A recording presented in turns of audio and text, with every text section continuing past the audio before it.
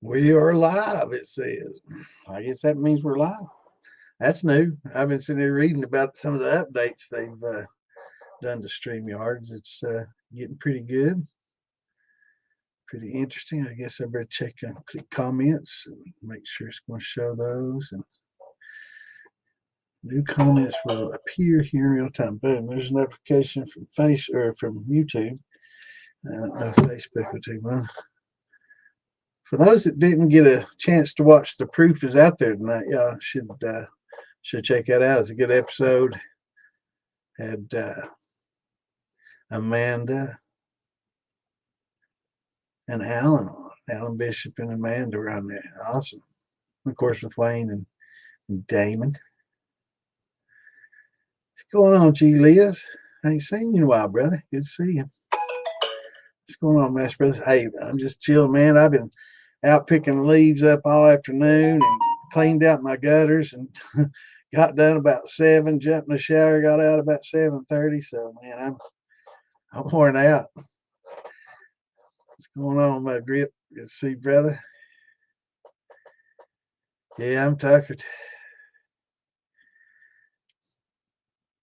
All right, well, let me see here.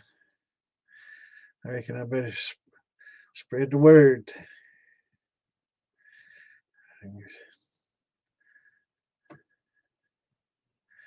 It'll take me just a minute to get it out there. Every time I open this, I can't stand it. Y'all same way. I don't like listening to my own voice, man. I don't know if y'all that way or not.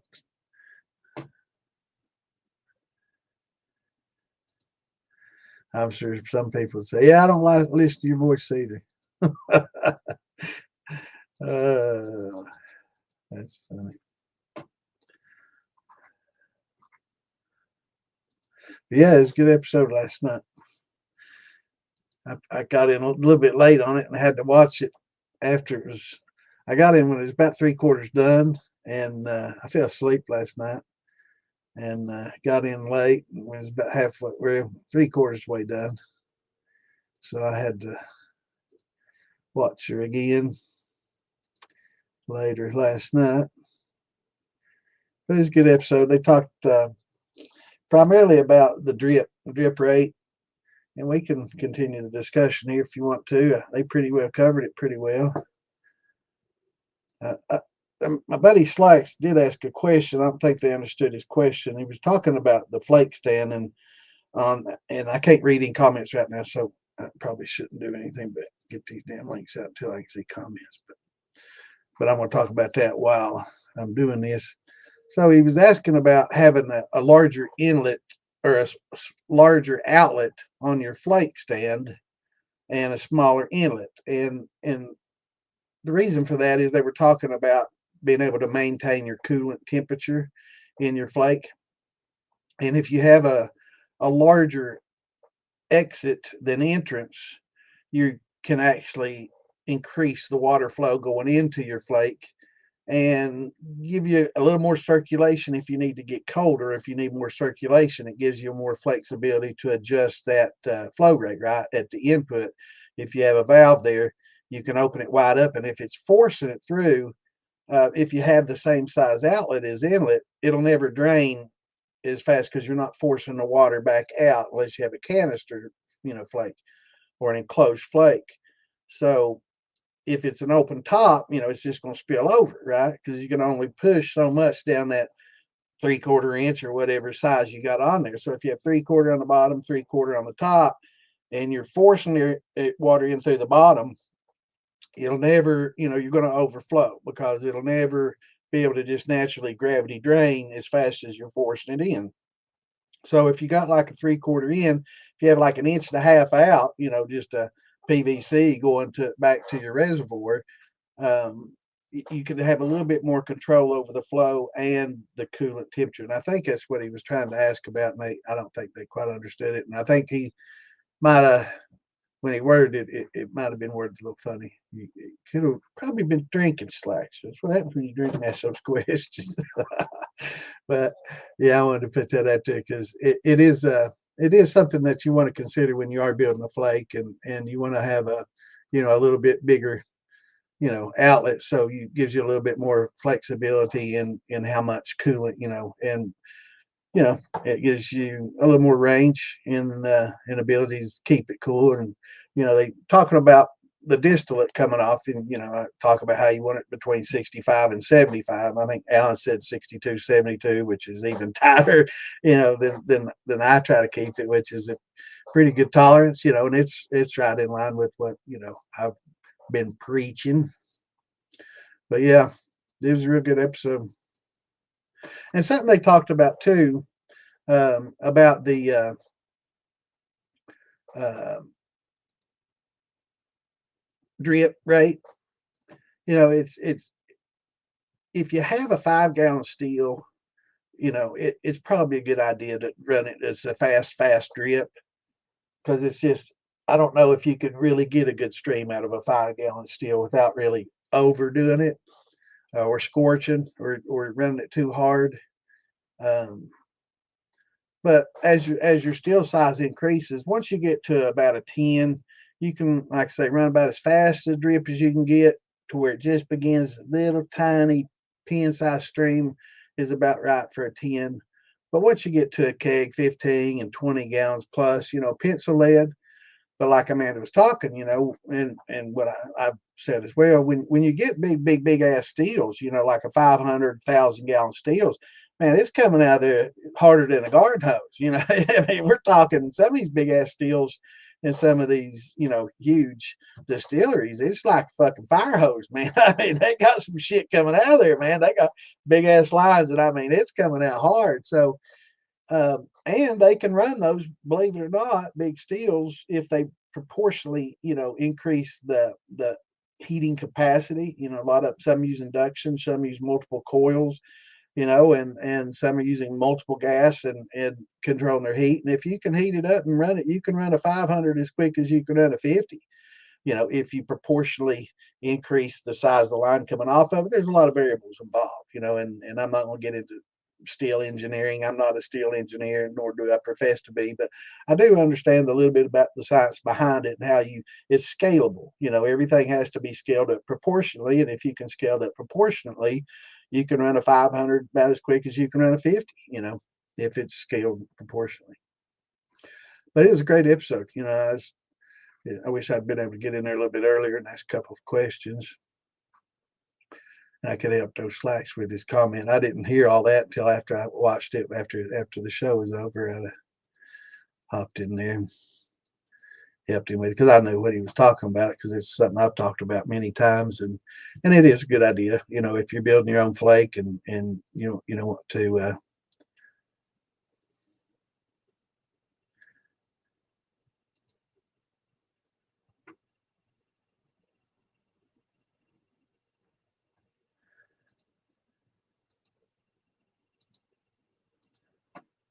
see what Mark's on. So I ain't gonna post that link till Mark's get done with his. I'm not gonna step on anybody's toes.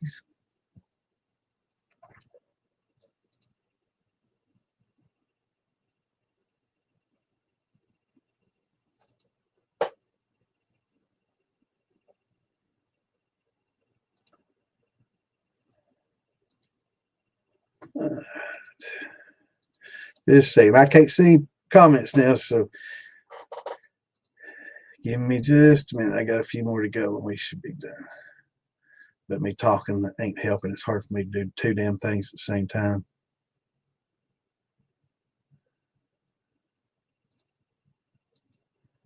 But it's a good episode. Y'all should definitely watch it, and you should follow Amanda and Alan on all their. I think Alan gave all the list of all his places. Great source of information, guys. Great source. Good guy too.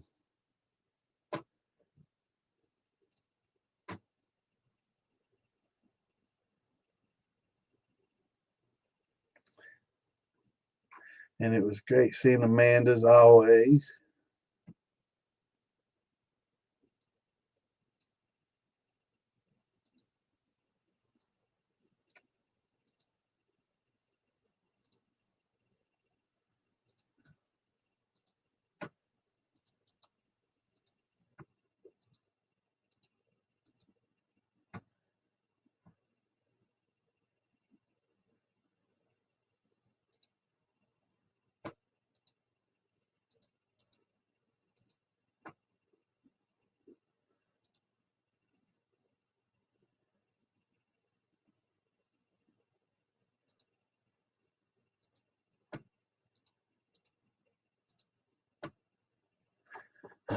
right, just a few more. I'll be done.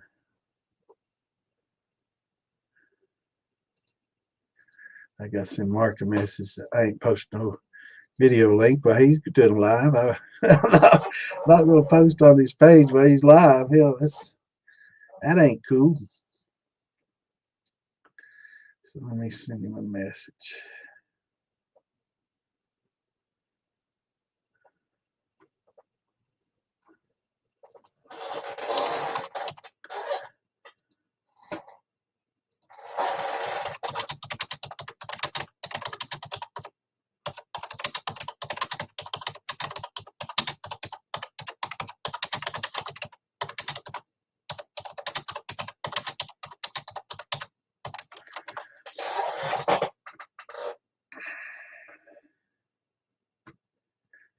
So I'll keep it open so when he's done,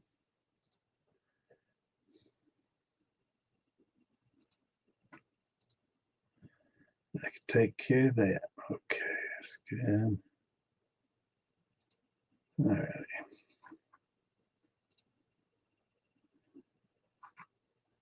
All right.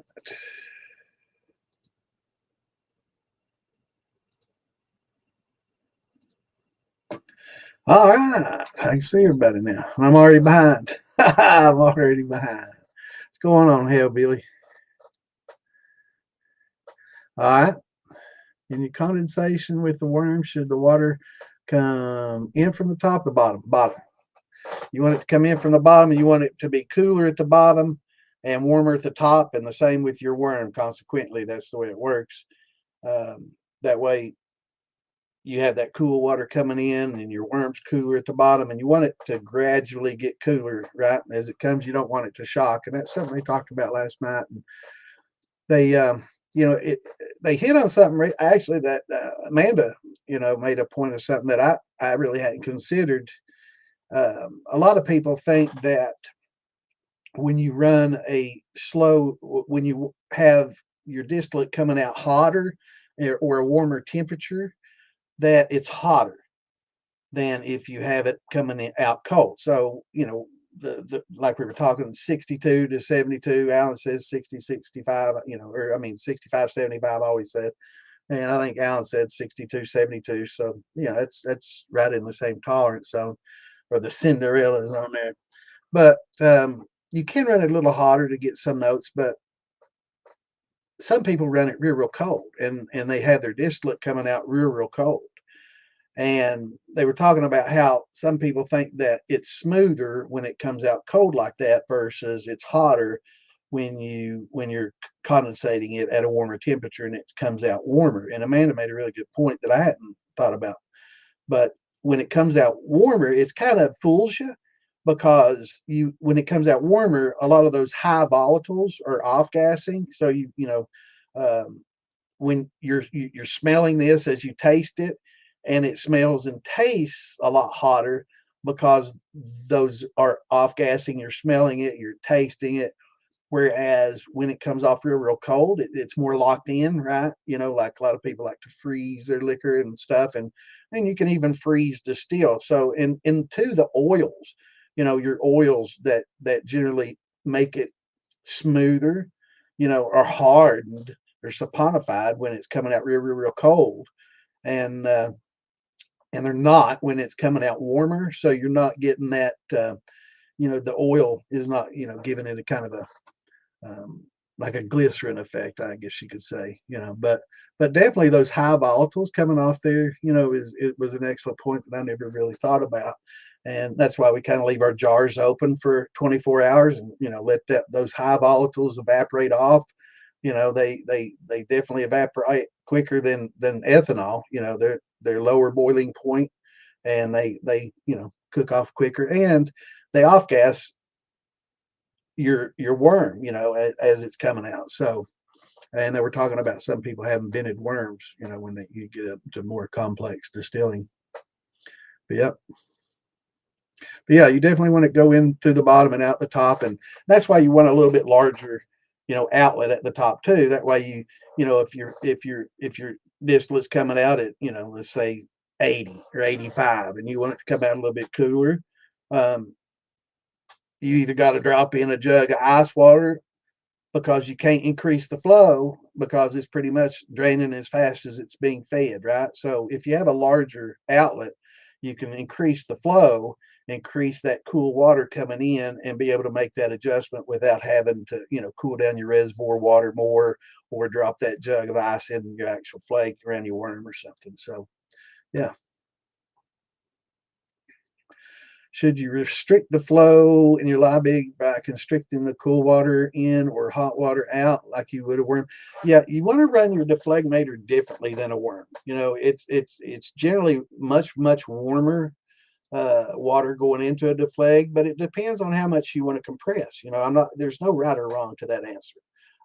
It just varies on what you want to come out and how you want it to come out. If you want to compress, what I generally tend to do is I'll run without a defleg until I get to my low heads, and then I'll crank my deflegmator on, and then I'll start getting a little bit more reflux. That way I can cook off all that fours and the high heads without any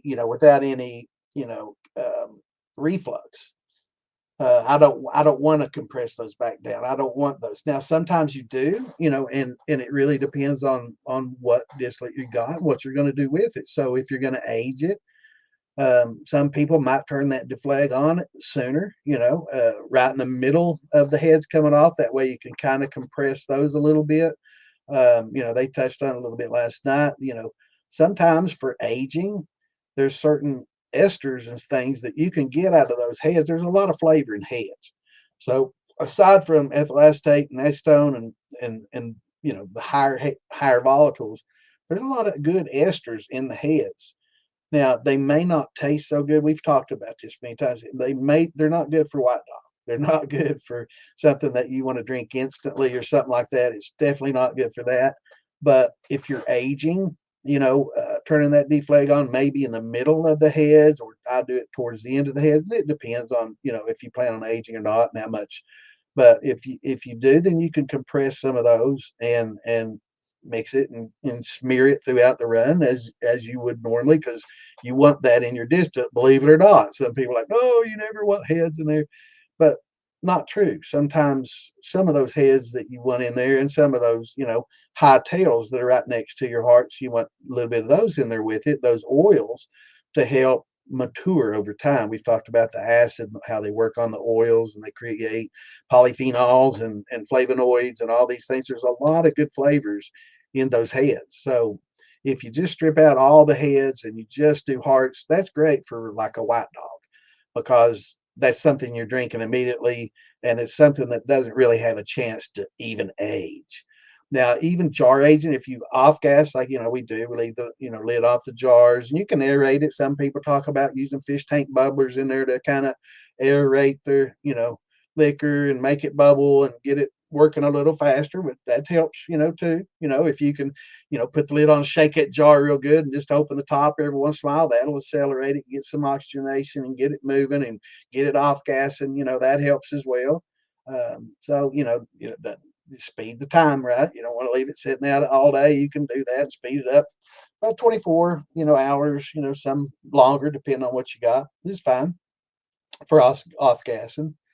And but yeah, but for your liebig, yeah, you and the temperature and the restricted flow, you can. I've got valves on mine on my water lines going into my deflag. I generally use the water coming out of my condenser to go into my deflag because it's generally pretty warm coming off there, and I can use that kind of as a pre-condensing liebig. But as I've got valves that allow me to mix. Both going into my liebig, so as things go you can cool it off the more you want, and so you can kind of compress those low heads all the way into your hearts, into your high tails, kind of compress those all together. And then when I get to the tails, I turn everything the hell off and just go to the condenser, and I crank everything up, and I burn through my through my tails and kind of increase the flow rate and increase the heat and do all that, just so I can get through those tails that I'm not going to do anything with except rerun the next time. Okay. What's going on, Matt? Good to see you, brother. Howdy, Clint. Good to see you, brother. So you're not partying and swarping this Saturday night, huh? I see.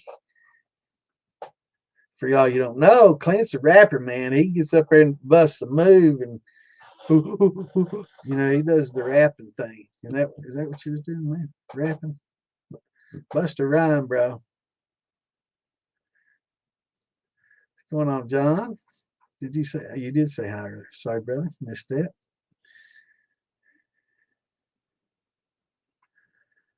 What's going on, Rob? Good to see you, brother. So I hope everybody's having a good weekend. What's up, Scott? Awesome. Got him a new PC. Man, that's awesome, brother. So you ready to start gaming with me, playing a little Call of Duty? What? We ready to start busting them up? And I enjoy playing those games, man. It keeps my ninja reflexes honed, right?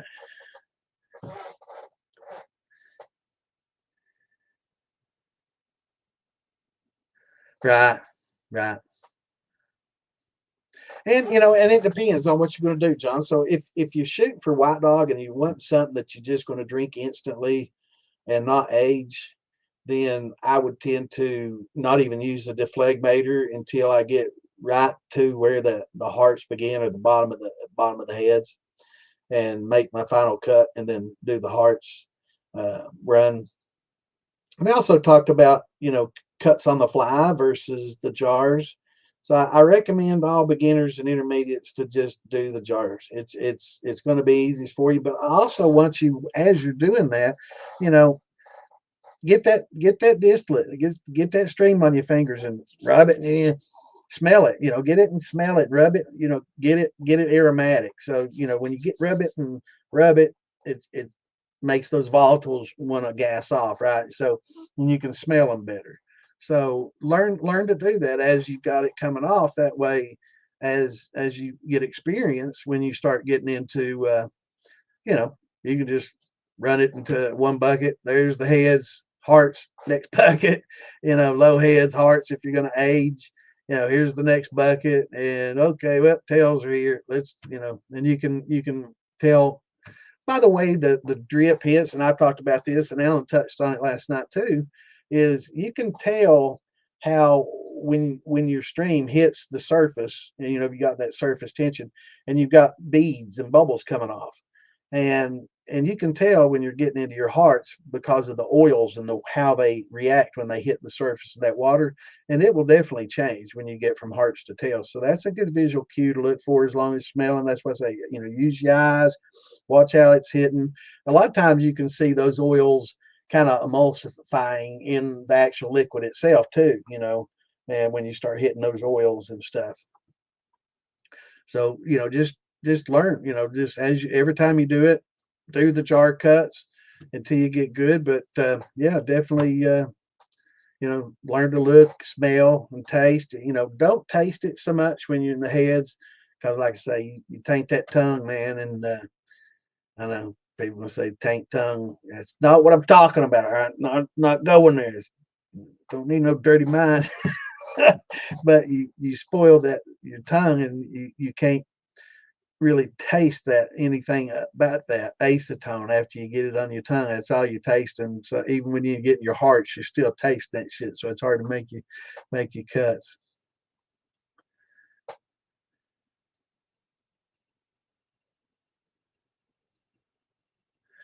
Yeah, man, I love it. I play for hours on them, man. It's crazy. You start playing and getting into it, man, and next thing you know, it's 6, 8 hours, man. It does. I'll get on here 11, 12 o'clock, start playing. Next thing I don't know, it's 4 or 5 a.m. I'll sit there and burn it up unless Wes or somebody calls me late. Usually Wes or Jay calling me in the wee hours. Awesome. Welcome to the crew lift and sip. Making a wash using brown sugar tomorrow. That's 2 gallons. How can I tell what quantity will be heads? Well, now, a lot of people use the 50 milliliters per gallon. That's a general rule that's been tossed around for years. Yeah, it is Vapor's tongue. Yep. So a lot of people have gone with the 50 milliliters per gallon. Now, I will say that on washes that are predominantly sugar, you're going to have less heads than what you would normally have, like in a fruit or a grain, right? So you're going to have a little bit more heads, especially a fruit if you use pectic enzymes and stuff, because you've got cellulose there that you're breaking down. Same with the grains, you got cellulose that's being broken down by the amylase, and that increases the wood alcohol content in your distillate. So when that happens, or you of course are going to have more foreshots and heads as a result. Um, but when you're doing the wash, you're not going to have as many. Like the meads don't have as many. Your rums aren't going to have as much. Maybe if you start getting, I don't even think Dunder. If you were to use some kind of sugar cane and you actually use the plant matter, then you definitely would. But because you're not getting that increased cellulose and you're not using plant fibers, you don't have a lot of that involved like you do with a wine must or a grain mash. You're going to have a little bit. You're going to have less fours and heads, right? So um, you could probably do a little bit less than 50 milliliters. So and it's a 2 gallon, so you're going to do about 100 milliliters. So maybe at 80 milliliters, you can start, sampling, because it might cut out a little bit before the 100. You know what I'm saying? So, but learn to smell and get it on your fingers, like we was talking about. And it's tough to do like your wife's fingernail polish remover. Everybody talks about acetone fingernail polish remover because a lot of that's perfumed and stuff, right? They perfume it to make it smell good for the girls. But if you have some acetone that you use in the shop to, like, peel varnish off and things like that and clean with, then you can smell it a little bit better. So you get used to smelling that. You'll know that smell. And when it's coming off and you rubbing your fingers, you'll smell it strong at first, and then it gets, wash your hands in between, rinse and clean your hands. Don't get a lot of soapy, perfumey soap stuff on there because it makes it a little bit difficult to smell too. But make sure you clean your hands off in between each time and smell it each time, and you'll start smelling that acetone and that ethyl acetate kind of reduce, and then when it gets to where you can barely tell it, then at about 80 to 100 on yours milliliters, then you'll notice a little bit difference in change. But if it's 2 gallons, then yeah, it's going to be about 80 to 100 milliliters in that range. But you just can't. It's just a set rule. There's no fact behind that. It's just a general guideline that most people have found, generally speaking, in that range. But we want people to learn to do this, and smell it, and to advance in the craft. And the way to do that will be to learn those smells and to get it on your finger and smell it and look at it and observe how it reacts in the jar and things. So um,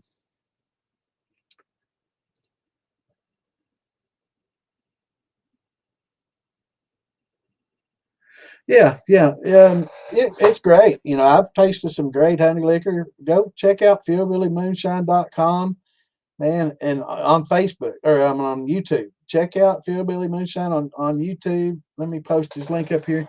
He's got all kinds of great videos on and making his honey liquor, and he makes some really good honey shine, really good. And Toby makes some pretty good honey shine as well. I'm not sure if he followed Hillbilly's recipe or what, but Toby does a pretty good job with making some honey shine as well. I brought some home with me from Arkansas. It's pretty good stuff. But yeah, check out Hillbilly's YouTube channel. If you're not on there, definitely jump on there. Let me post his link just a minute. Let me pull it up here.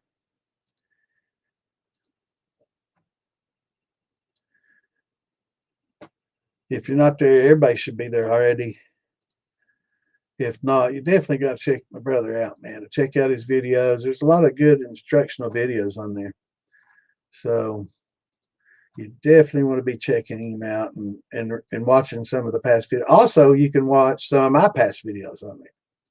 So if you just go to the page and just hit live, it'll show me live right now, but it shows yesterday's, the Proof is Out There episode, which I recommend everybody watch. It's a really good episode that has some good educational content, but you can see a lot of the past stuff of mine and other stuff that we've done. So it's a good resource for all of our videos and stuff going way back. So it's and you can catch some of my episodes where we delved into a lot of the science, got a little bit more advanced and talked about some advanced science. So um,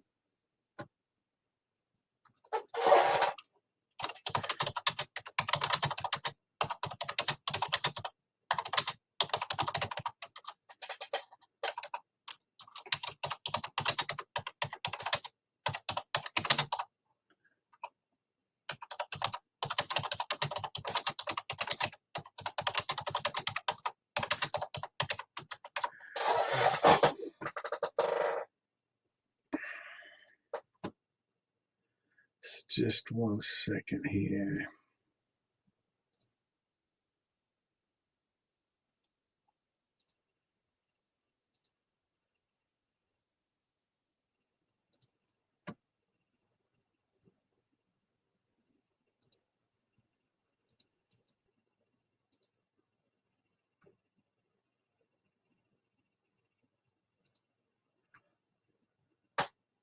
Oh, well, yeah.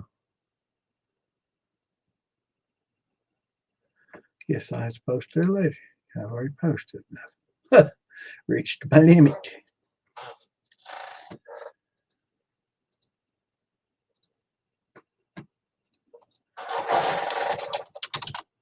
Let's see.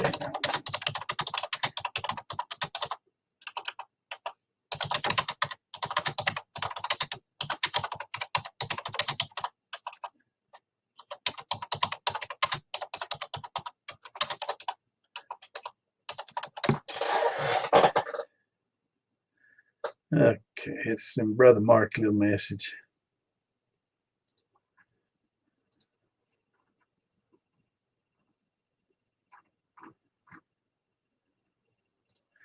All righty.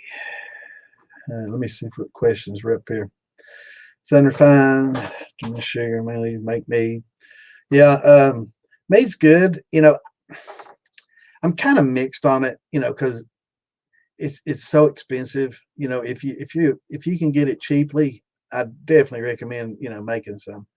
But if it's expensive and you're having to pay retail for it, I think it's better as a mead than distilled because it's just I like a mead. I'm not a big beer drinker, but I like the honey mead and it's good stuff. And if you have like a double jar rig or a triple jar rig, you can infuse and get some of that good carryover. But coming off the pot, it's a little bit more difficult to get that. I'm the same way with a lot of my brandies as well, and now that I'm gonna build me a little 3-jar system. I'm not gonna use jars. I'm gonna use copper uh, chambers. So it's gonna be a 3-chamber infuser. So that's gonna be pretty cool. I may do some engineering on it, make it kind of unique since I'm gonna be making it by hand. So it's gonna be different, right? It's gonna be different from most things anybody's seen. So. Um,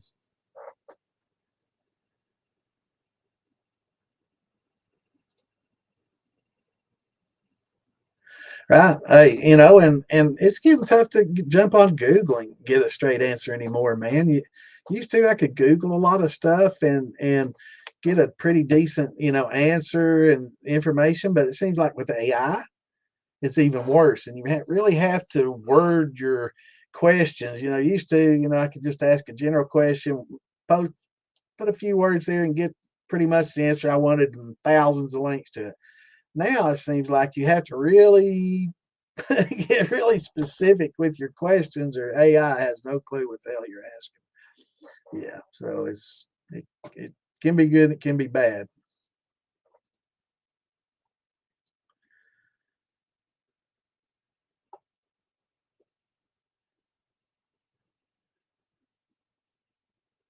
Yeah, yeah.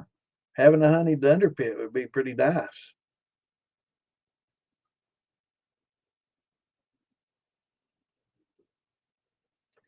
Yeah, it is good. It is good. And you got to try Philbilly's honey liquor. I'm gonna have to go up here and get it. Hold on, I'm gonna have to go up and get it for my brother.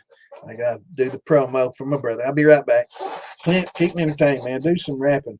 I'll be right back.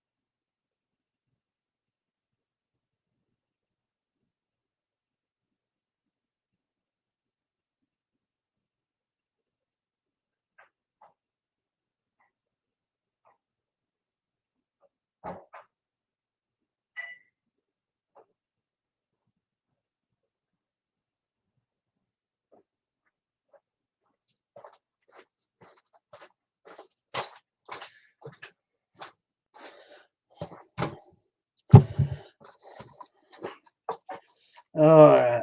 Did Buster Rhyme was gone?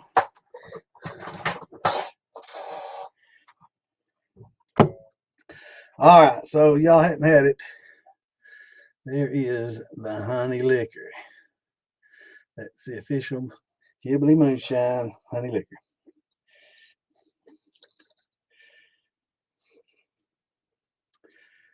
And it is sweet as Tupelo honey. Good stuff.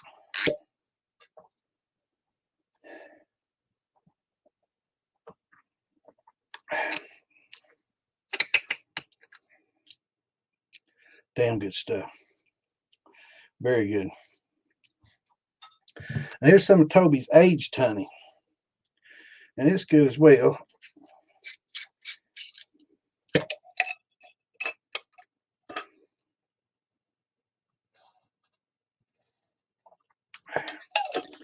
It's higher proof like I like. It's got a real good aftertaste. It's real good. Both did real well. I mean, they're different drinks. This is a lower proof, sweeter. It's got some cinnamon and a lot of, maybe a little clove and some different notes. So they're different types of distillates for sure. But both really good. You know, definitely both damn good. I tend to like higher proof, but when I get the mixes, you know, it's what you expect. So both are awesome. I was wishing the comment thing was bigger for y'all, but Scott, can you? I guess you can see the comment thing in the screen better now.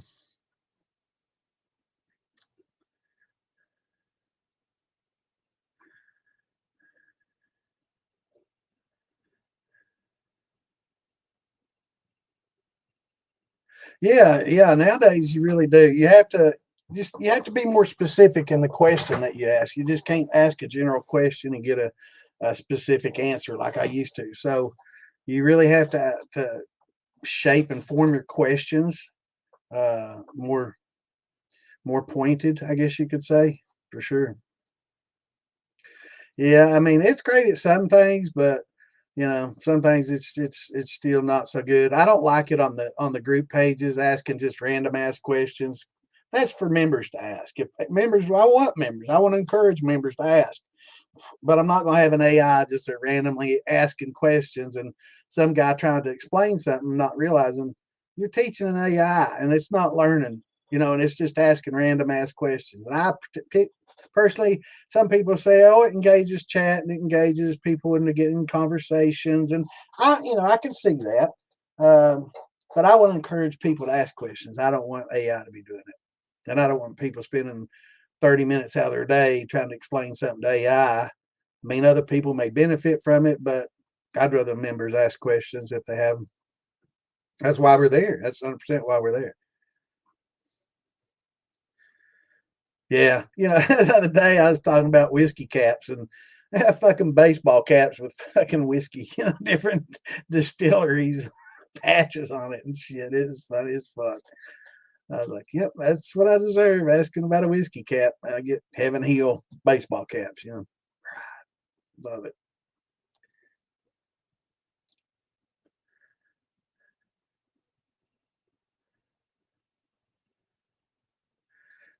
That's funny shit. Oh man, that's good.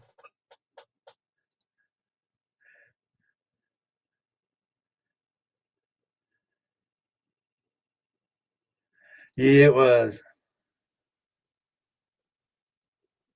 Yeah, that's what I love to do.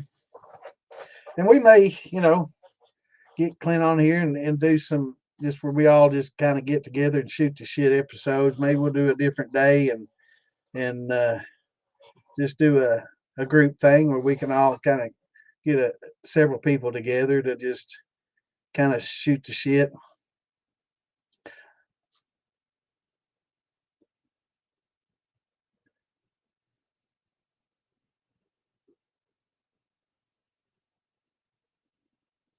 Sick as a dog, man. What did you drink?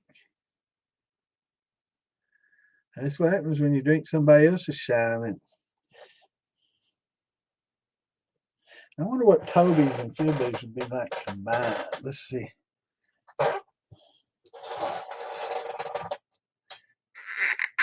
Let's do a little experiment here. A little bit of both.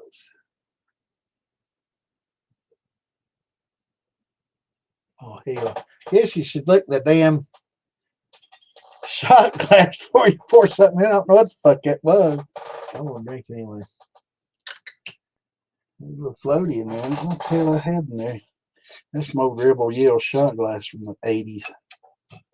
It's from straight out of 1981. We used to drink a lot of Rebel Yell. As a Kappa Alpha, and we drank the Rebel Yell as our booze of choice, besides what I made. A little combo shot. Here you go, everybody. Cheers. Nobody called shots. I guess somebody's got to do it.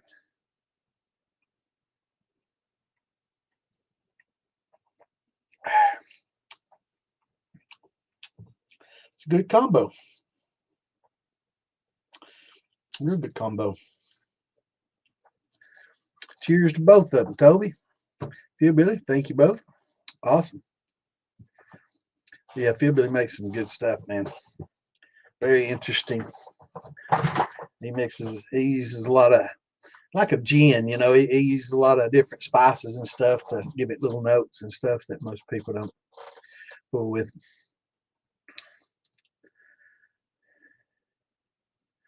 Hell yeah, or just smoke it.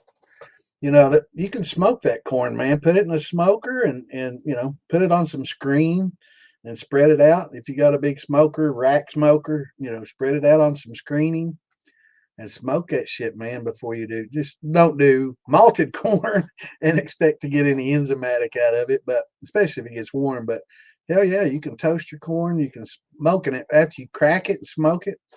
Yeah, that gives it some unique flavors for sure. And you can do the same with your sweet potatoes, your pumpkin. A lot of people are doing pumpkin right now.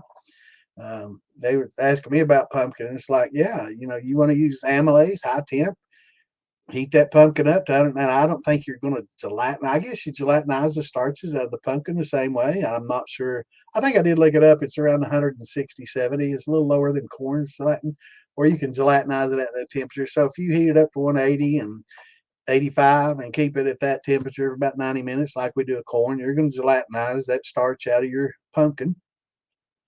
Add your amylase and do the same, because there's a lot of people right now that are getting access to a lot of, especially if you know somebody that farms them. Uh, Wes and Phil just got like tons of fucking pumpkins dumped on them, man, cause up there. I noticed when I went up to Phil's party this year when I got that honey liquor, um, there was signs pumpkin farms. There's quite a few pumpkin farms in that area up there. So they a lot of pumpkin farmers, instead of just plowing that shit in, man, they're just trying to, hey, it's less work on me. I don't want to have to mulch all this shit in. If maybe a little trade work out, a little jar or two, a little trade, little barter. Hell yeah. So man, they got more pumpkins and they got time. So they're gonna be pumpkin chunking for the next month or so. They're gonna be grinding up pumpkins all day, every day. I told them just go rent a fucking chipper.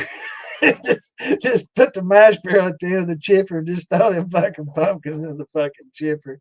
That'll do it. But yeah, man, it's just cook the starches off and separate them and hydrolyze them and gelatinize them and throw that high temp on it and let it cool down and put your glucose on there, 140, 100, depending on what your glucose calls for on the label. And hell yeah, you can get some sugars out of those and smoke them. You can cut chunks of pumpkin, and of course you want to get those seeds out, right? You don't want that shit in there, but you can cut up chunks and smoke it and lay it on trays and smoke that shit to get a unique flavor. And you can also add the smoked pumpkin to your infusers.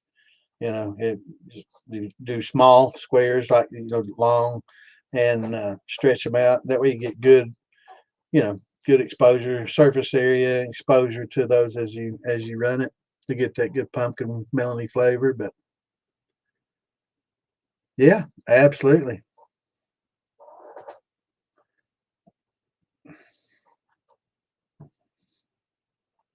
Yeah, you like honey?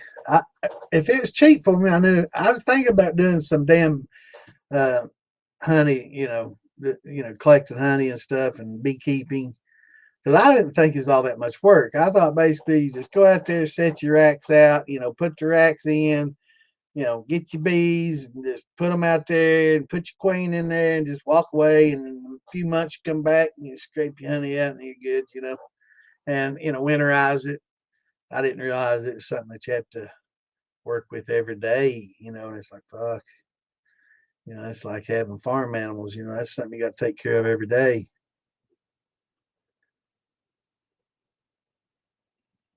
Yeah.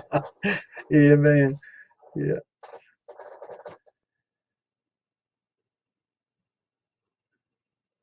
Oh, hell, who's sick? Oh, he's hungover. He ain't sick. He's just hungover. What'd you drink, Clint? You never did say, or I ain't scrolled down to it yet. He was out swerving until 4 last night. Only had 3 drinks. Probably got sick sharing it with some. I ain't gonna say what. Probably got 7 different disorders out of what you sharing. It's not, it's getting there. I watched, I do watch some game streaming, and I may do some game streaming at one time. Hell, I might have to for my damn insurance. If they change shit on me, I may have to start game streaming just to make a little money so I can pay for my damn health insurance if they cut me off. But a streamer I watch has AI that he sits and chat with in between games to keep everybody engaged and watching, and it's pretty interesting, the conversations that they have, and it's pretty intellectual conversation. It's He'll ask questions and stuff, and the one he uses too. So the Chat GTP one is much far advanced than the other ones he's using. I'm not sure which was the first one he used, was not really that smart, but the Chat GTP chat, that they're pretty sharp. They know answers, but they're only as good as the answers that you can get. It's like earlier today, I was talking to a buddy of mine that's a 3%er, and and I was like, well, let's just see what the hell.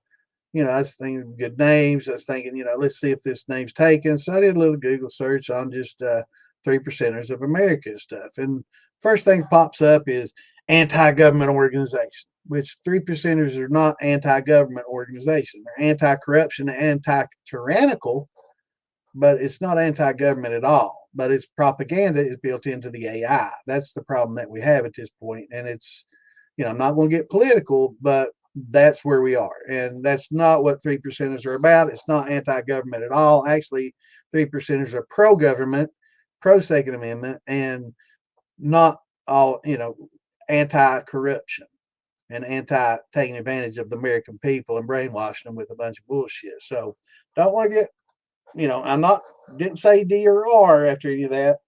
So don't confuse me. So with what I'm saying, but don't try to be the BBC and put words in my mouth like they did somebody we know. But yeah, it's bullshit. So AI, a lot of times is wrong answers, and a lot of times it's propaganda, agenda driven. So you have to be aware of that as well. You know, when making a lot of artwork, like I did for the patch, for the militia, the 3 piece, when I made that, man, those pistols, the pistol had like 2 barrels, two damn triggers.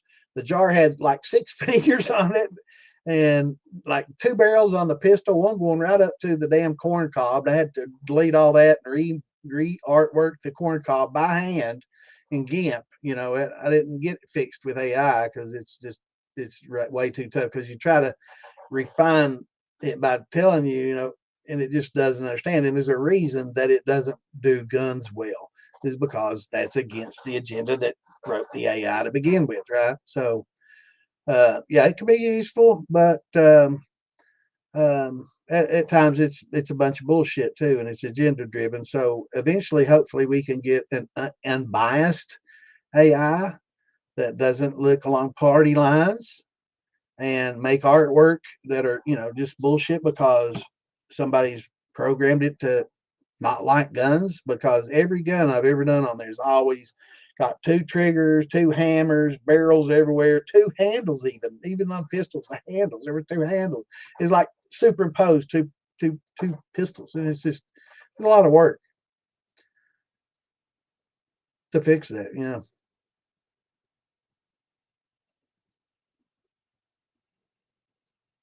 And there's been a lot of discussion on the patch set. So that's for talk about the militia page. And when I made that, I don't want anybody wearing it on a leather vest, portraying themselves as an MC and putting MC patches and all this.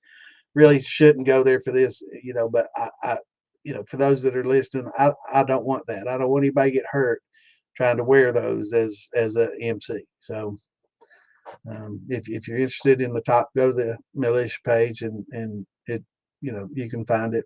It's been a pretty controversial topic, and I didn't want it to be that way at all. I wanted it to be something we could wear at the moonshine festivals that we go to and kind of brother up. But you know I do see that if you patch it and you put it on a leather cut and you're going into a biker bar, or you're trying to portray yourself as an MC, that's not good. Don't do that. Don't do that. Please don't do that. That's not what I intended at all.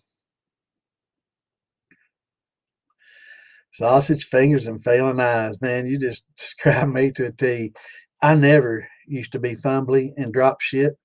I've never used to ever drop stuff. I was always very nimble and very acute. My eyesight, it's not been the best, but um, I've been able to read stuff with just glasses without needing bifocals. But now you know where I'm at. Um, but yeah, man, it's sucks. I drop all kinds of shit. I get so damn mad at myself. What's going on, Mr. Palin? Good to see you, brother.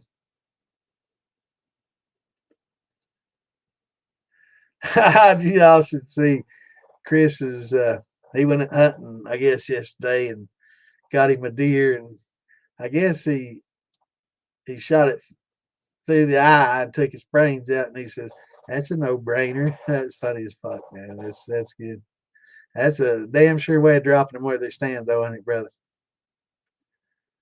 They don't run far, and you don't ruin good meat.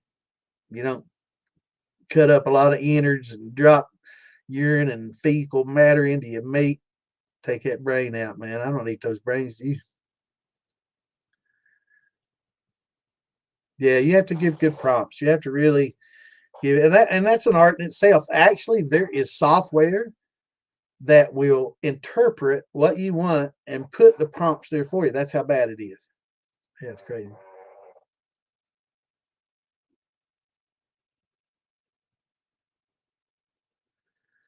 Oh, Smoky.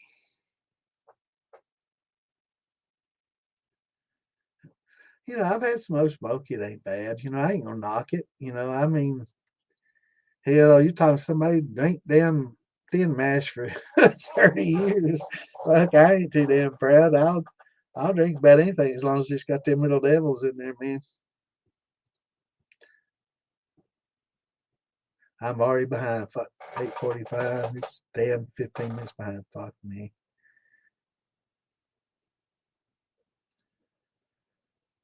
Well, yeah, the 81 definitely, I've talked to the Outlaws about it. I don't know any Hells Angels. Uh, there's others that I'm not going to name names. I'm not going to say anything about it, but there's others in the group that do. And they've run it across them and they're like, it's not an MC, it's not an MC cut. So most of the big guys don't see it as a big issue, but there's always going to be the guy that does. There's always going to be that prospect that's out there with a boner trying to, flex on somebody and trying to take somebody's cut back to the clubhouse and brag about how he took it off somebody or something like that. There's always that dickhead out there that might do something like that. And it's not cool. Most of the cool people that are patched already and full patch would be, like everybody else. It's not MC patch. Don't you dare put MC on there. Definitely don't put a triangle 1% on there. And the bottom rocker is militia. And there's no town, city, or county in the United States named militia, so that's not a locational patch. So it's obviously not an MC vest.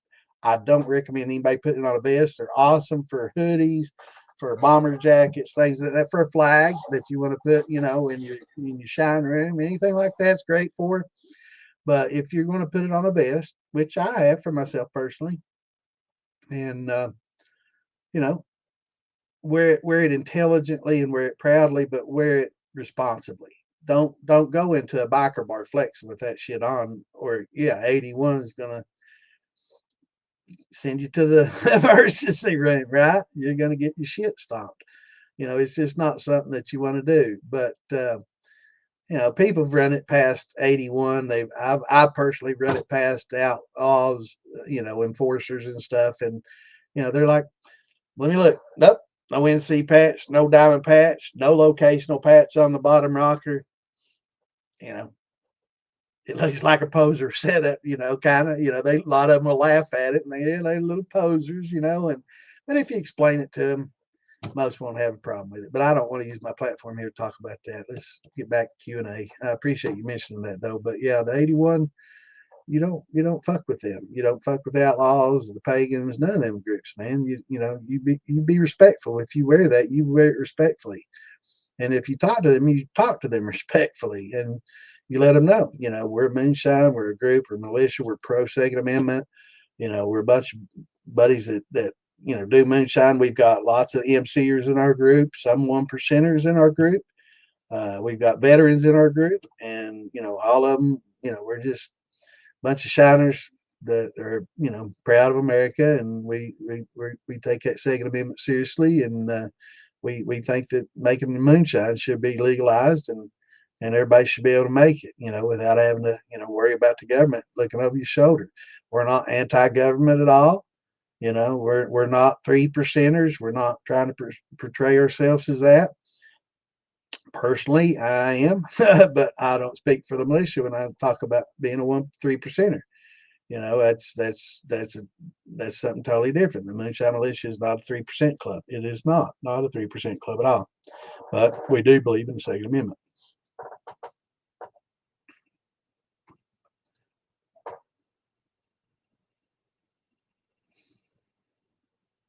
All right, let me get past this.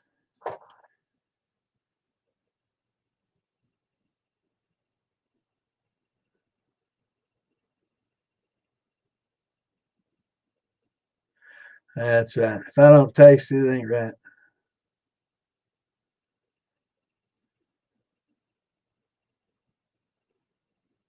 Yeah, it can. If you ask specific questions about certain topics, that's not an agenda or political or, could even remotely be construed as such. As long as you don't mention Epstein, Trump, or Democrat, Republican, or anything like that in your questions, scientifically, you can get some pretty good answers if you ask a precise question. So just be sure that you get your answer questions worded precisely.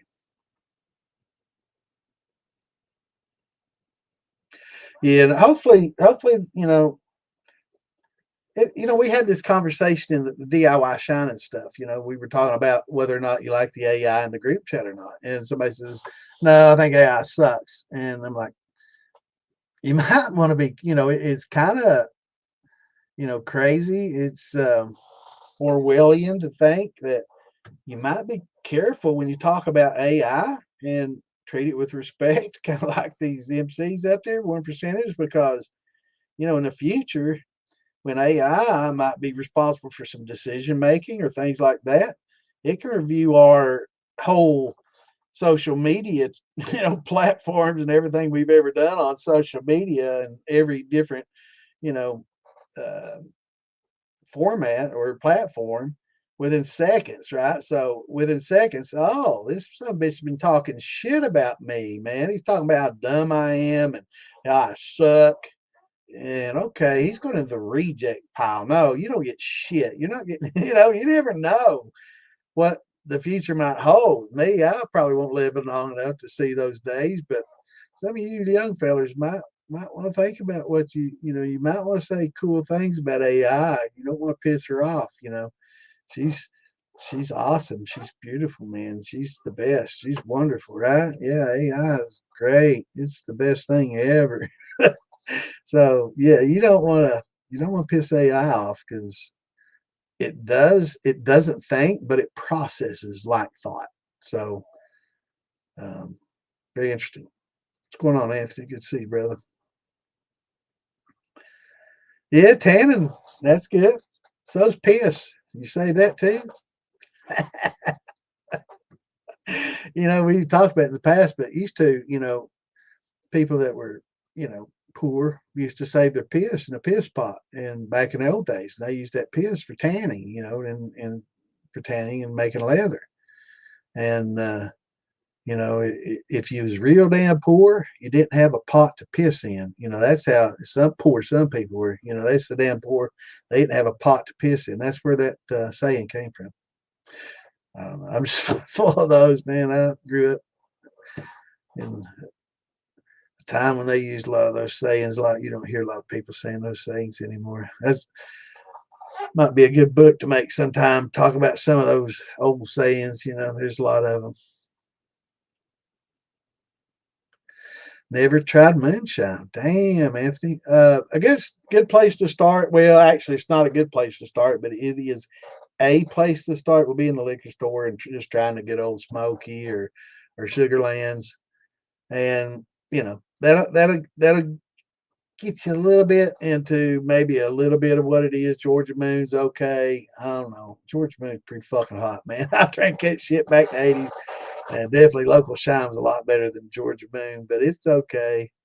But yeah, just any store bought moonshine or like a Buffalo Trace White Dog or something like that would be, and it's just basically a whiskey.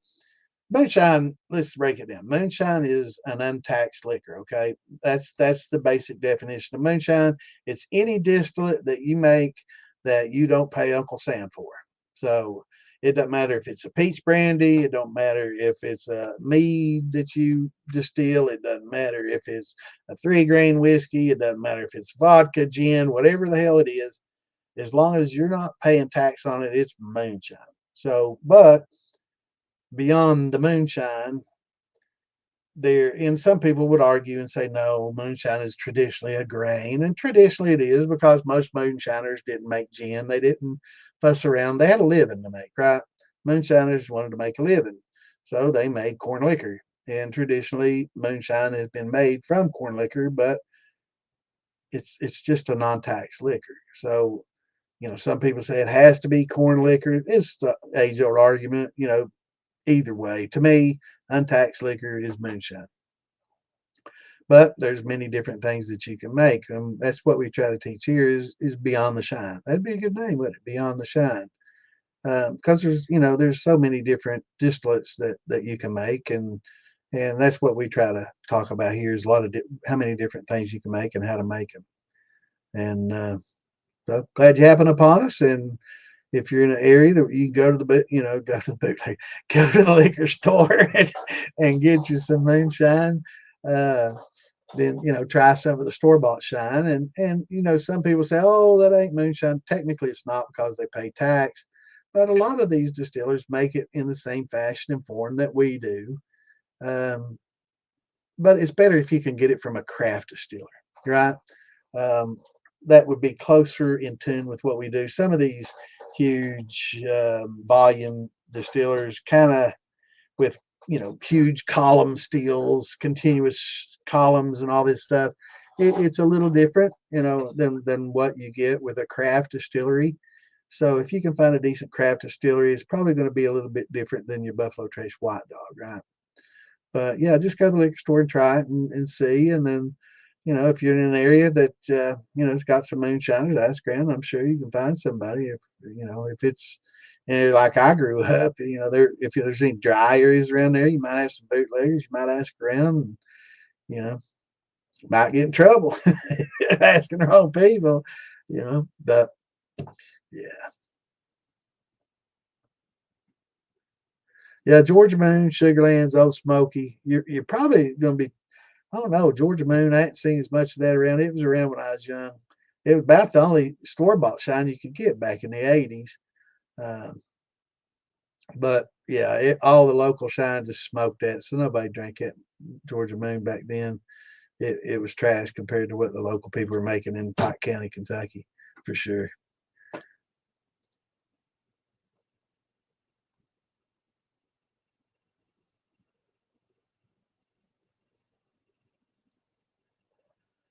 I don't remember the Georgia Moon Peach. I just remember just the straight Georgia Moon, and yeah, I drank a lot of the local stuff. If it wasn't mine, I was drinking local stuff or whiskey and bourbon. That's always been my weakness is whiskey and bourbon. I love that aged barrel flavor.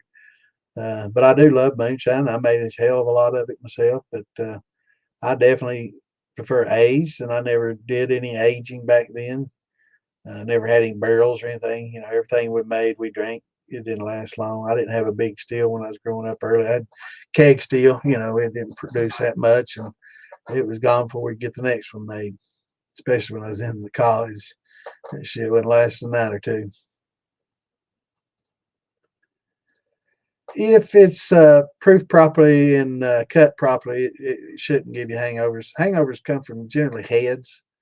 There's a lot of heads that'll give you hangovers. So if you do your white dog, definitely want to appreciate your brother.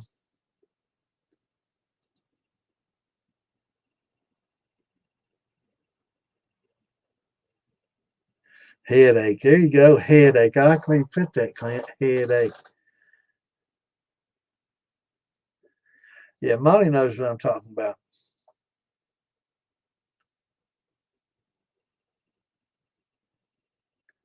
Damn, I'm gonna have to have another shot of this combo. I like the combo here. It's pretty damn good. I worked my ass off there. I need this damn drink, man. I was fucking picking up leaves and cleaning gutters. I about fell off my fucking roof. I'm telling you, I ain't got insurance right now, and man, it's like you get my age, you don't have insurance, like you fucking walk around on eggshells, man. I was up on that fucking roof, cleaned that gutter, and I sure as fucking shit about fucking tumbled off my damn roof tonight. I was like, oh Lord God, man, that wouldn't be good. Wouldn't be good. You wouldn't have seen me tonight, that's for sure. I'd be going broke at the hospital. Yeah, I'm gonna have some arguments with AI about 3%ers. That's some bullshit. It's yeah, we're gonna have to straighten them out, educate AI. I have a little talk with a few of those people programming too. Hey, I like that Coke Zero now. That cherry Coke Zero and Coke Zero, good stuff. Corn, rye, oats, wheats. Well, damn straight it is. I usually do that without the rye. You know, I do have some rye. I'll spice up some every once in a while, but I don't know. I might do one barrel. I've got a couple 15s that I'm going to fill up with grain liquor, and one of them's going to have corn, oat, wheats, you know, for sure, and barley. Another one I might do a little bit low rye. I don't like a high percentage rye. I used to hate rye, and I used to hate sour mash. Well, as I gotten older, I don't mind just the little bit of rye, you know, 5 or 10%. You know, I don't mind that at all. But like the Knob Creek and some of those. But once it gets a little beyond that, nah, it's too spicy.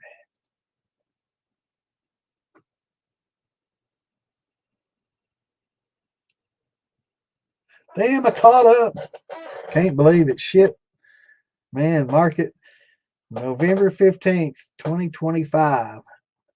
What time is it? An hour and 12 minutes in, I caught up, man. That's the first, isn't it, Clint? Damn, I can't believe that. Now I've not done 100% anything except 100% corn, so I'm gonna definitely. I've never done 100% any other grain, but I'm definitely going to. Not this year, but next probably. But I'm thinking about doing an all wheat vodka. Definitely thinking about doing an all wheat vodka and maybe a barley scotch. If I could find a damn farmer that had barley and I didn't have to pay so much for it, I'd probably already done one with a malt with peat smoking. But yeah, Jim Tom, I heard Jim Tom's is pretty good. And Nick Kalo's, if you don't mind a little banana, you know, little flavy flav, it's not too bad. I like that Nick Kalo stuff. It's that banana, a hunk of banana of love, I guess you could say. He got the Elvis. He's got him selling it in sugar in Elvis country, man. He's definitely worked his ass off. It's one thing. Old Nick Kalo, you can't say nothing bad about him, man. He's a good feller, and he's worked his ass off promoting his stuff. Now he has. He's worked his tail off, and good guy, and a decent product. You know, I like the banana shine. I keep some of it around. Uh, but he's drunk JB all over the fucking country too, man. And I worry about old JB. I'm like, God damn, Nick, take it easy on my brother, man. You dragged him all over the world. But I guess old JB loves it, man. I hope his final days are as good as I hope mine are. You know, he's a great guy. No, we ain't getting no younger, and I ain't got insurance, so I can't afford to file.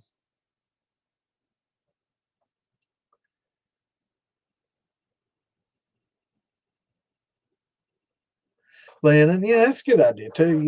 Yeah, I never thought about doing it that way. Yeah, I guess it'd make a good ride is to blend a little bit in, and that way you don't have to do, all, and get your percentages right. You can just measure it by each jar, and that way you don't fuck up a whole run, by adding too much rye to it. But I guess you can, if you do add too much rye to it, you can always add that multigrain to another multigrain with no rye to soften the rye. Then I guess I'll probably be doing that in that barrel.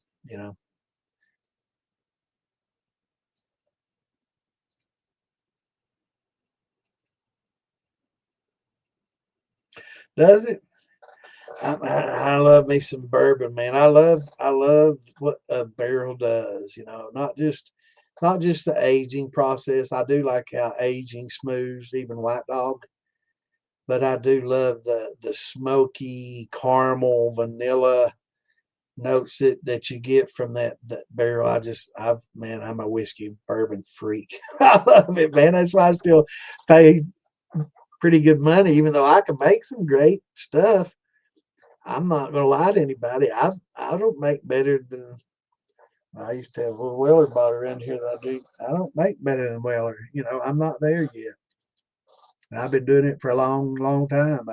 I've never barrel aged. I usually age with staves, and it makes it okay and smoky, and it's a decent drink, and you can drink shit out of it, and it's good.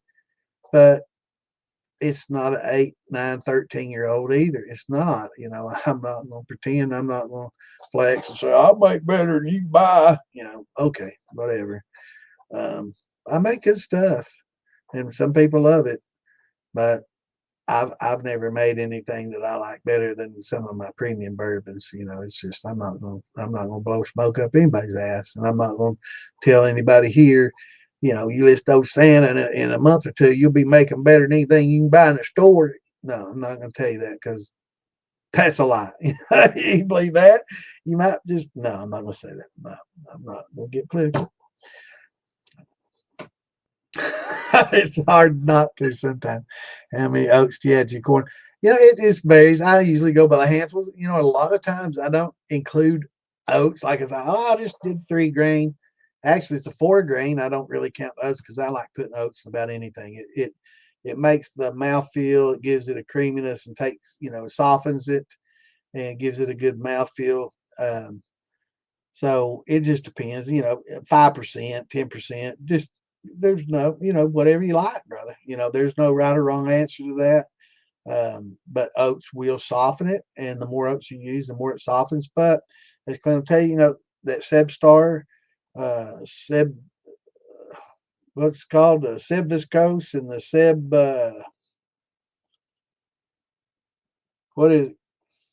Clint uses that stuff all the time. I've yet to get it, and I'm going to because I'm going to start doing all grain. But what is it? The Seb, not the 7 mil, not the Seb HTL, but it's the Seb Viscose and something else. But I'm gonna buy it. Come on, Clint, read it. I'm up. I know he's typing on that phone. He's got to get him a new PC too. Visco Seb Visco or Seb Flow. Yeah, Seb Flow. I couldn't think of Visco is on the tip of my tongue. But yeah, you get those, and if you want to go higher concentrations of oats and rye and wheats that tend to get a little gummy on you when you go high percentage, which has been the whole reason I've never really done that, is because it even in lower percentage, like you do 20-30%, you can see what it does to corn mash. So, getting that high range where it just does all of it, you definitely want to get that Seb Visco Seb, and Seb Flow. It definitely will deal with a gluten, issue that's gumminess. It's kind of like gelatinized corn, but it's actually a gelatinized grain, and it gels up this way instead of the way corn does. They each gel, but in their own way. And this has a more gluteny gel, so this helps break it down. What all pipes can you use on a moonshine still? You want to stick with copper or stainless. Don't use any galvanized steel or carbon steel or anything like that. Don't aluminum. Some people will argue back and forth about aluminum, and those aluminum ions going to, give you Alzheimer's at an old age and all that. So there's some arguments with that, but if you stick with copper and stainless, you're going to be pretty safe. Good question. Yeah, I wouldn't use anything else either. I do too, Roy. I love your bourbon too, man. And I love drinking bourbon. And there's nothing more I love than like a 13-year-old bourbon. And I just can't keep liquor around me that long, right? I don't know about you all, and I'm going to do the barrel thing. I've never done. I've always sold liquor and never kept it on me. I never inventoried it like a store would or anything like that. It's either I drink it or get rid of it other ways, barter. But in the past, of course. Uh, but I've never had a liquor around long enough for it to ever get 4, 6, 8 years old in a barrel. So that's going to be something new to me. So when I do barrel that shit up, I might have to make a lot of stuff and keep me keep me drinking, and I'm gonna depend on people to give me stuff so that stuff will have a chance to age long enough for me to. Cause I'll sneak in there. I know I'll get drunk, man, and I'll run out of everything. I'll sneak in there, well, just a little bit. Next thing you know, I'm a quart into it. You see, brother. I like weeded bourbons myself. Yes, sir. I like a good sweet weeded bourbon. Man, I love it. God damn, I love it too much. Got me a lot of trouble growing up. God damn, I love it.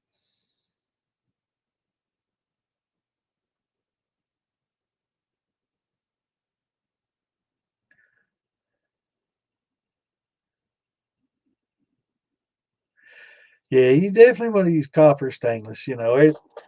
I've heard people argue about this aluminum thing, and using aluminum pots and having acidic backwash in aluminum is not a good idea because the acid will start to break down the aluminum, and we know that aluminum ions, and it will carry forward. It's a heavy metal, even though aluminum's light, it's still considered a heavy metal, and it'll carry forward in your distillate.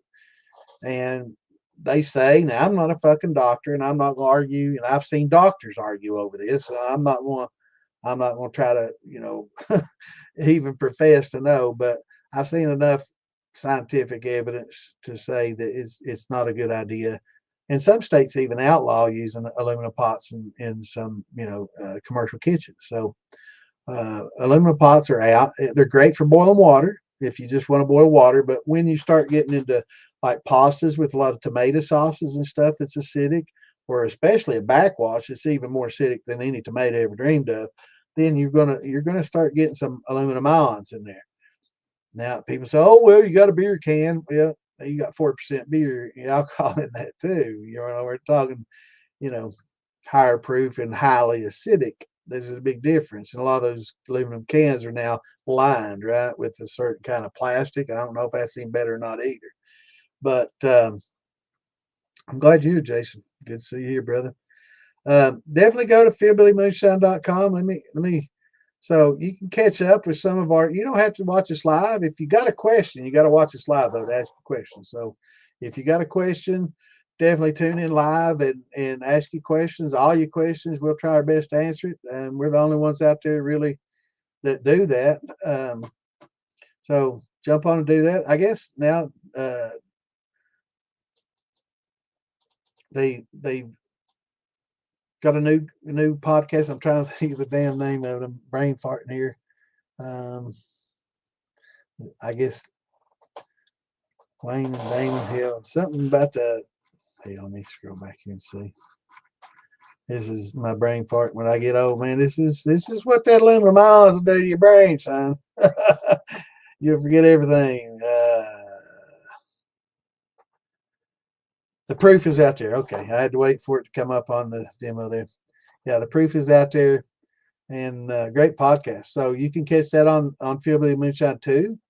So it's the only other one now that's fielding questions. I've done it for probably close to a year now, and they're joining in with it, and it's great. I definitely back my brothers. Any podcast we can get to increase the education out there is a good podcast, and Wayne's very knowledgeable, and so jump in there on Friday nights if you can during that. And I guess they're going to do it like every once a month, so definitely jump in there and ask Wayne questions too if you don't get a chance to jump in here with mine.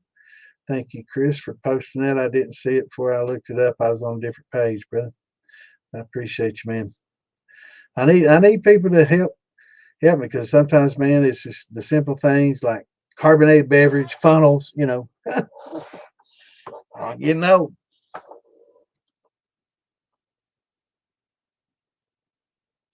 Yeah, if you have and it depends, right, on the pot and how old it is and the type of aluminum and anodized aluminum versus not. So there's a lot of different um, and arguments out there, but I will never jump into the aluminum versus not argument, um, simply because I'm not in the research laboratory to see the differences. But I do believe that a lot of research has gone into it, and acidic things into specific aluminum. Now, what he's talking about, aluminum oxide. When you get aluminum oxide, it's a protective barrier between whatever you have and the actual aluminum. It's an oxidized layer. Copper gets that as well. It's that dark color of a penny, that darkness that you get when the pennies get dark. So it's not corroded. It's not turned into like a green filigree or anything like verdigris. It's oxidized. And once it's to that point, your liquor is not coming into contact with the copper anymore. So it's not removing sulfides if you don't keep it clean. And you keep it too clean and you etch it with acids, then it creates a porous surface area and it becomes more susceptible to getting that degree and that aluminum oxide or the copper oxides on there. That can be a problem. Anytime you're using copper and you've got green or blue distillate coming out, don't drink that. That's toxic. Don't drink it. It's not worth it. Just don't. And that's one of the reasons a lot of people are going with stainless and using copper mesh to remove the sulfites. That's what copper does. It's great for even heating, and it's great for removing sulfites. Other than that, other than being the fact that it's easy to bend, well, solder together and make, it's much easier to work with. I don't know anybody, regular Joe that goes out and buys stainless. You can't hardly solder it. You're going to have to braze it or weld it. Most people can't do that, but you can hammer out and solder copper all day long without having to have a degree in welding and all that, right? So a lot of experience. So it's a lot easier to work with copper and do that. So a lot of people, yeah, absolutely. But do realize there's a lot of maintenance involved as well. Now, using the copper mesh to remove those sulfites works really, really well. Not all your distillate's going to have a lot of sulfites that even need to be removed. You'll know it, you'll smell it, and not all sulfites are a bad thing. Alan touched on last night. Sometimes he likes running his distillates a little hot to push that sulfite because that sulfite is sweet, whether you realize it or not. That's horrible smell and flavor initially. Um, it's not good, but as it ages, it can become something good. It can become something sweet. So, just like that vomit smell from the butyric acids that you get in some of your washes and some of your mashes and washes, I guess. Smells horrible. Smells like vomit. It's the worst, smell. It's like I've ruined this, but it's not. Just let it work its course, and eventually it'll work good. Just like getting a lot of different acids that come off. There's a lot of different organic acids that are made. Lactobacillus, another thing. It comes off. It can smell stinchy. It can smell like rotten milk. And you get that lactic acid smell, and it's like, it smells terrible. It looks terrible. I'm dumping this. No, let it work its course, and it can actually be good. But it's not if you don't be patient, And so there's a lot of things that you got to learn. It's just part of experience.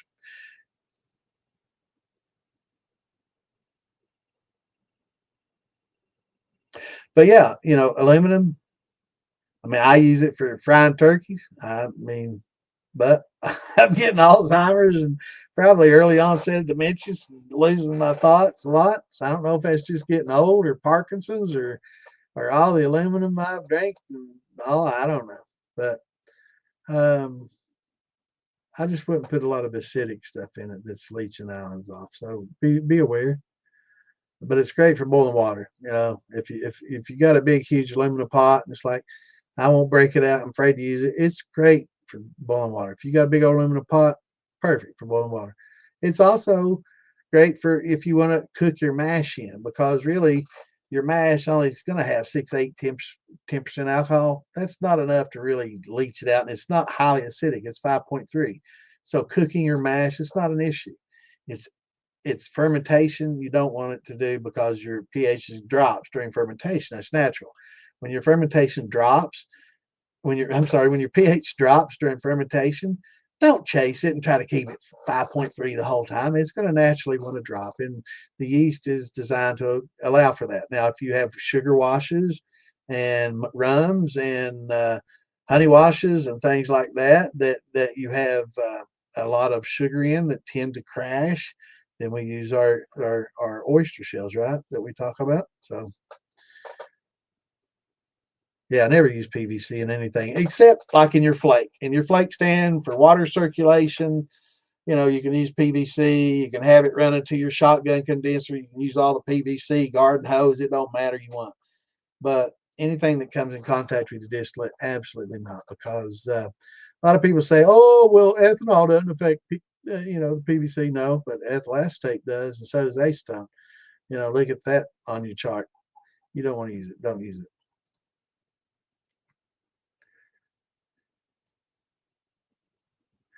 Right, and that's why a lot of people just make their own copper, and that's why a lot of old timers made a big old copper steel. They get that copper, man, they can hammer it out, they can run it, they can, hammer out a fold and lap that fold, hammer it out, solder that sucker in, get a little flux and solder and go to town. But, not everybody got a TIG welder and all that stuff. I picked up one a couple of years ago and it's badass, but it's not everybody can run a TIG or a MIG. MIG probably not the best for stainless, but it worked. Yeah, PVC is fine for your plumbing, but yeah, you don't want it anywhere near your distillate. You don't want it anywhere near your cooking. None of that. No, no, no, no, no. Yeah, acetone will melt your PVC. It'll break it down the heartbeat. Do not use it. Yeah, it'll eat it up. Well, I wouldn't wear that, but I do know that acid, like that's why a lot of places that make like a lot of pastas and do a lot of tomato sauces and low pH stuff where they deal with a lot of acidic stuff, you don't use aluminum for that.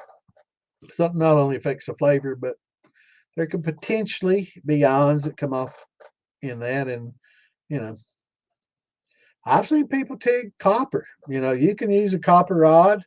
You can basically take the ground rod out of your, Romex wire, take that ground out of there and just use it as a TIG stick, man. It does, you can TIG it. You just have to get your um, amps right. You have to get your voltage right and everything. But yeah, you can, especially if you pulse, you can TIG, very well with pulse. Just doesn't get too hot, where to burn a hole through it. But yeah, I mean, Black Friday's coming, and for those that want to get into TIGging and learn a little bit about welding, couple Black Fridays years ago, I saw this Yes welder. Now they came out with new models, and I guess I might have gotten a special deal because they were coming out with a more updated recent model.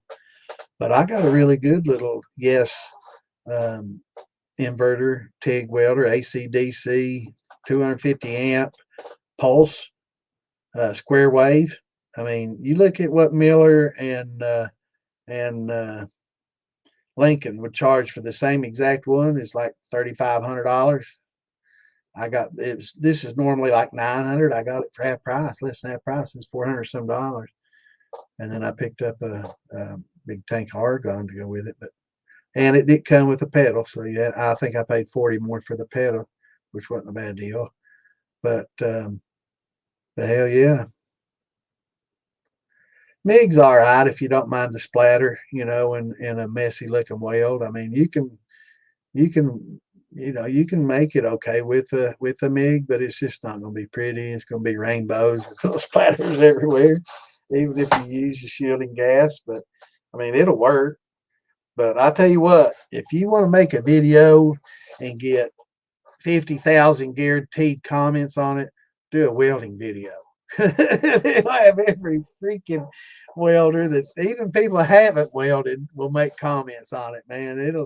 They'll tear you apart, man. That's the toughest bunch. You think shiners are bad. God damn, try to fucking post a video with welding on it. Watch them. You'll get you'll get 50, 60,000 comments, maybe 5 or 10. Good job. I learned a lot. And 40 or 50. Yeah, you don't know what the fuck you're doing. It's funny as fuck, man. But it's if you want to make money and monetize that shit, that's a surefire way of making a lot of money is make some shitty welding videos. By God, you'll have 100,000 welders out there cussing you every time you make one. And you can just laugh all the way to the bank. Jason, I did my first run last week. It wasn't what I expected. Okay. It burnt my nose hair out and my tongue off. It came out 140 proof. What's the key to making it good and smooth? All right. First things first. What did you make it with? Oh yeah, they do, brother. They give you some fucking hell, man. Every fucking video, man. It's but hey, if you want to monetize and 50,000 clicks, what's that? $500 every time you make one. I don't know what they pay. I've never monetized, never been paid a penny, but I know they make decent buck on doing that, and they'll continue to do it and laugh all the way to the bank.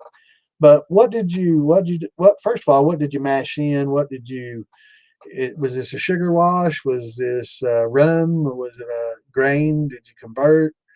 Um, let us know a little bit more. Now, making cuts is very important. And if you get some heads and four shots in there and you get a little blending and smearing with it, it's gonna be hot. Also, proofing it down, making sure you get it down to 100 or something normal. That's not going to be real hot. Helps goes a long way. But what did you mash in? Was it like a corn mash, or was this a sugar wash, or um, some a rum, or what exactly we got going on? Tractor Supply, cracked corn and sugar and red star yeast. Okay, well that's thin mash. That's what I did for a long time. It's going to tend to be a little hotter. When you do, did you convert and use amylase, or did you just mix the cracked corn sugar and use the corn for corn flavor and do it? Basically, it's like a corn flavored sugar wash. And I'm not going to knock at it all. I made moonshine like that for 30 years. And it's a good way to make some liquor if you just want to drink, but it's not going to make the best. But it'll do okay, if you make your cuts right and run it right. It's not bad, but it's certainly not the best, and we can improve on it. But hey, you're learning. You've gone through the process. You've taken your corn, you've mixed it with sugar. Now, do you have a hydrometer? Yeah, they ain't nothing. Just mixed and cooked the corn right. You cook your corn and mix your sugar in, and I've done that for a long time. There's absolutely nothing wrong with it, but it will produce a hot liquor. Basically, what you're producing is a corn flavored sugar shine. And a lot of people say that with animus, and they'll knock it. Oh, you're just making corn flavored sugar shine. Well, that's what moonshine was for many, many decades. That's basically what a moonshiner had access to was cornmeal, sugar, and yeast. And for the most part, back in the 40s, 50s, 60s, 70s, when you drank moonshine, chances are that's what the hell you drank. We didn't have access to, malted barley and all these malted grains and all this shit in the mountains. We didn't have access to that shit. We couldn't even farm in the mountains, much less have all this stuff. So, you know, we got cornmeal though. We go to the store and get you all the bags of cornmeal you wanted, all the bags of sugar you wanted, all the packs and jars of yeast that you wanted to get, and that's basically what moonshine was, back in the day. Not everybody had the expertise to use the malt. Now there was, some that would get the corn and malt it and convert, and those were, a step above your regular thin mash shine, right? It's a little bit smoother shine, and they made a better quality shine. But I would say back in, most part in Appalachia, you didn't get a lot of that. There was some, and some of your best shine did absolutely come from that. And your best shiners did use the malted corn, right? And they bump it up with a little bit of sugar, but they just wasn't used up, 2 pounds of sugar per gallon of water with some corn mixed in like a thin mash, right? And they malted it themselves, right? You didn't have no malt houses in the mountains, and you didn't have access to barley. Hell, it's hard enough for me to get fucking barley even today. Get on Amazon. None of the damn farmers around here grow it, and if they do, it's for the distilleries. They won't even look at you, But I get wheat and I get corn. And oats are oats, them cheap as fuck. But um, and rye, I can get some rye cheap, but barley has always been pretty much a tough ingredient to get for me locally. Um, but yeah, back in the old days before well, that's why I say 40s, 50s, 60s, 70s. Before that, sugar was very expensive. And so, they did, do more grain conversions and convert the grains and did more of the malting in that process back in the before the Depression when sugar was very expensive. And, they used they'd raise cane. They'd make their own sugar. There's a lot of people in Eastern Kentucky that would raise cane, and they would use that, make their own sugar from it, and use that in shine as well. And that was about as good as you could get. And they made their own sorghum and molasses. We still have sorghum days here. It's been done for a couple centuries, over a couple centuries here in the mountains. That's something you can grow pretty easily, and they raised a lot more cane, than they did any rye, wheat, and oats, than barley for sure.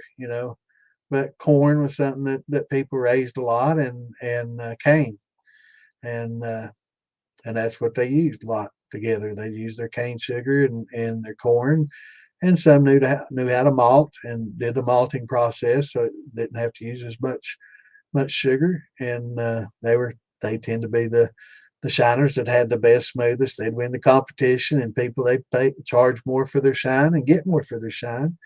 But back to the thin mash, there's nothing wrong with the thin mash if you can make your cuts right and do it right. It's okay. It's hot liquor though. Be expecting it to be hot because anything that you use with a high percentage of sugar like that tends to be hot if you don't age it and you don't do some other things to soften it up, like add oats or do some other barrel aging. A lot of that softens it up, aging it in a jar, open it up, let it, evaporate and gas off, like we were talking about. So, yeah, maple syrup. They use a lot. Yeah, good point, Chris. They use a lot of maple syrup and walnut syrup. They get a lot of different trees. They'd get syrups and saps out of, and they'd cook that down and use it and supplement that. But yeah, they did a lot of malting, of their own corn and the best ones. But it became it became a point where it was a business decision. And for a lot of those, they did this for a living. So they had to cut corners everywhere they could and cut costs everywhere they could. So when the cost of sugars came down, the use of sugars went up. And it was a business decision. It was hot, but people didn't mind that. It was a little bite, and when you drink moonshine, you expect a little bite. It's not an aged liquor, it's not a refined liquor. Moonshine's moonshine.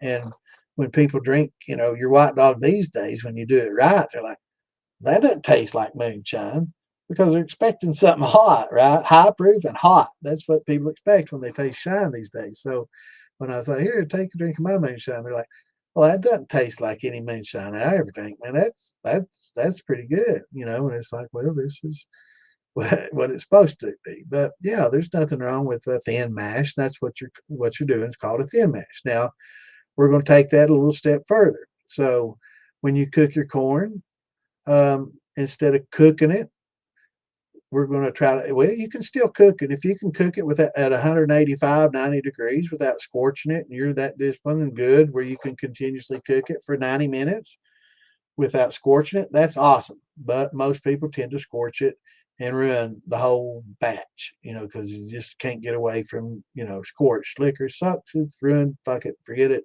I don't care what anybody says, it's hard to get away from.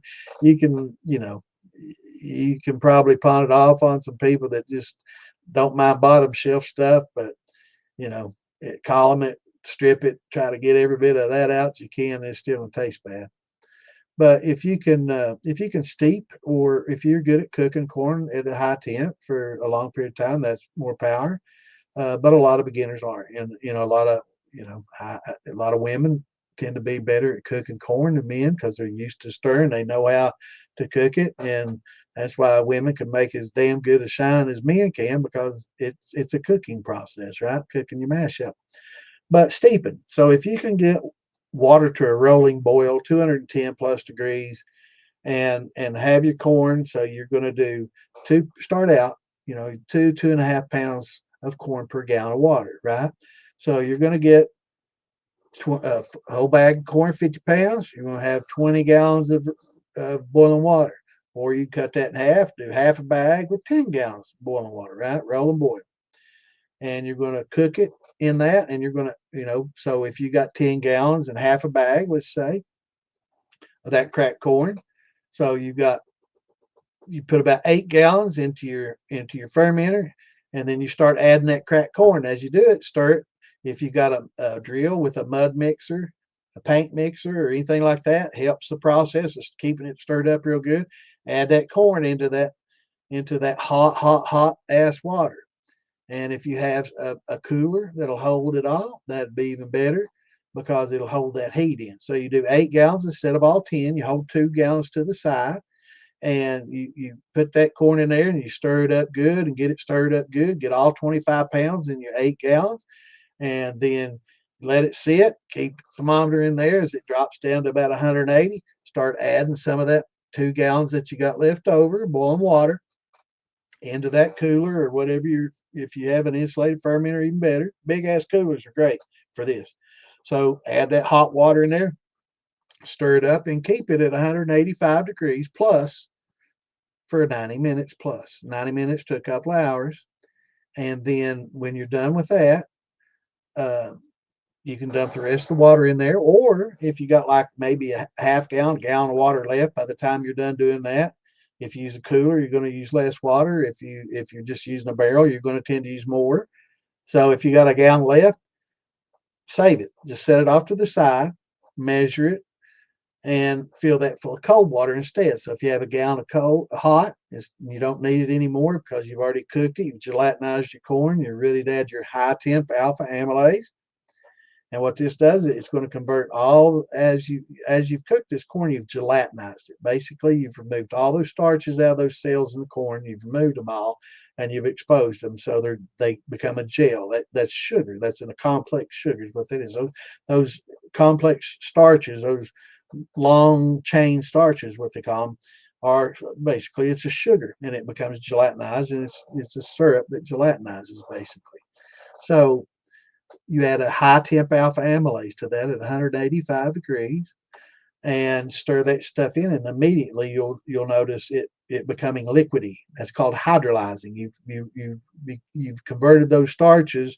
You're breaking them down. Those complex starches are getting broken down into more simple sugars, right? So it hydrolyzes. It becomes much thinner and watery, and you continue to do that. Now you had that gallon of water to the side, right? So once you've done that and you let that amylase work off for about 15 minutes.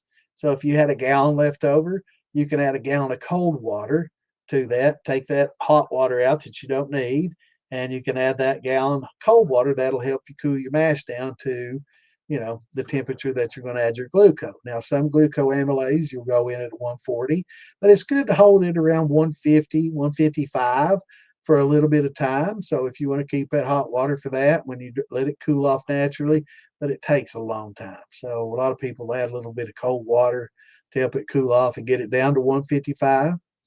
And once you get it there, you can let it sit. And that's your saccharification range, rest. Don't really need a protein rest because we're not making beer. So we don't care about hazes and protein rest and all that your beer makers will tell you got to do. But, right. And some people use sacrificial enzymes. They'll add it from the very get go. I don't like doing that. It does make it a little bit easier to manage, but I prefer to gelatinize it fully before I add them, but there's absolutely nothing wrong with that. I've seen a lot of people do that, and that's perfectly fine too.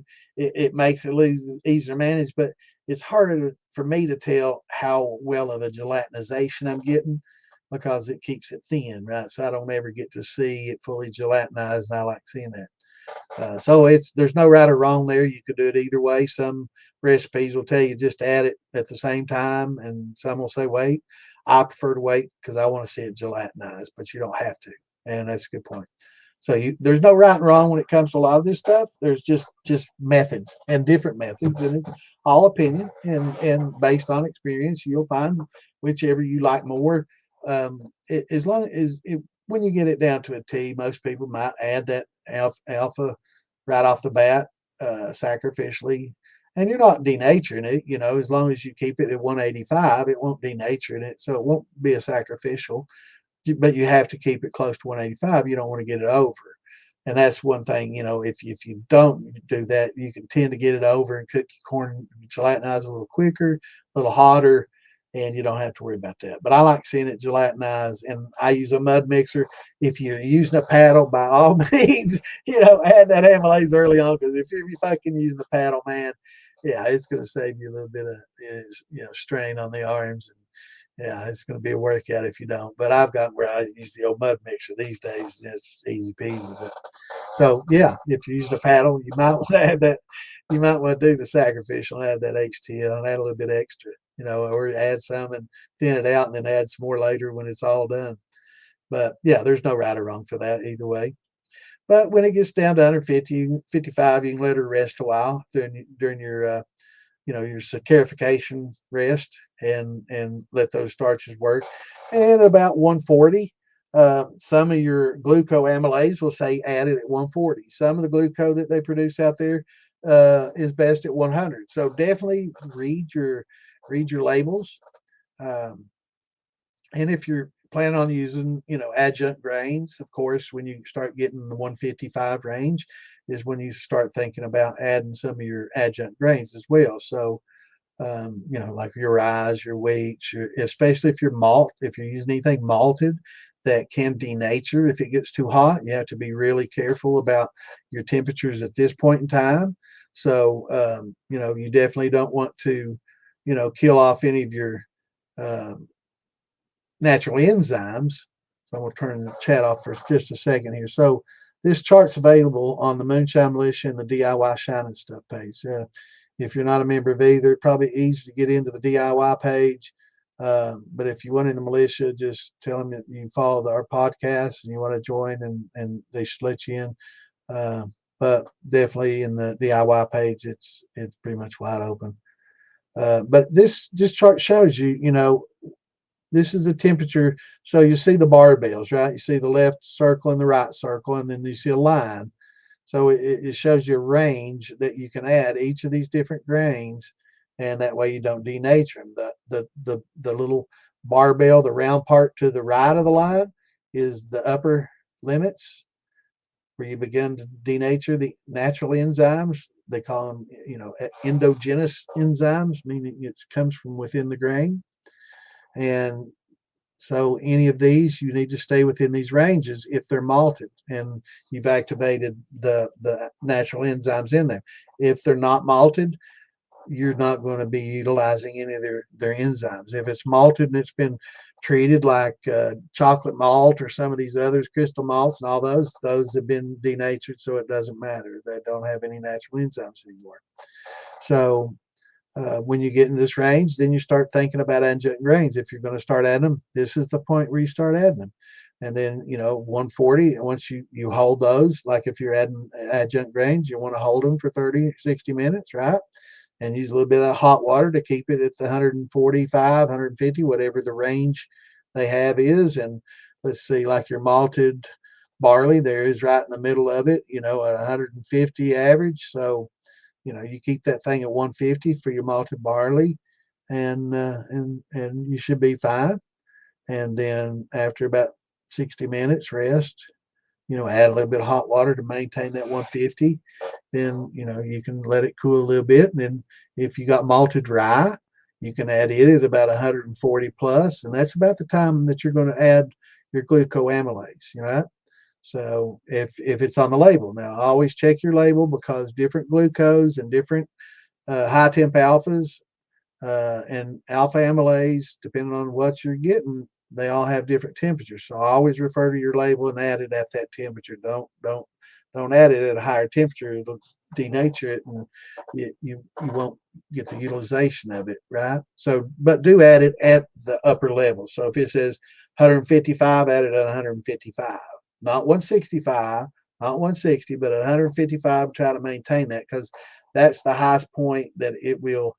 At the higher temperatures, they work faster and better. Also, make sure if you can that when you add this boiling water, that it's already been pH'd to 5.3. That will help your conversions as well. Having that acidic water helps your conversion. It's just chemistry. I don't want to get into the chemistry involved in it, but it does help your conversion. So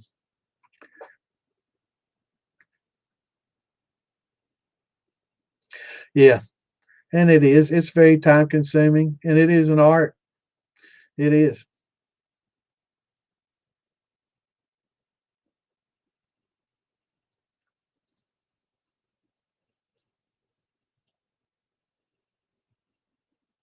Oh yeah, yeah. You can ferment.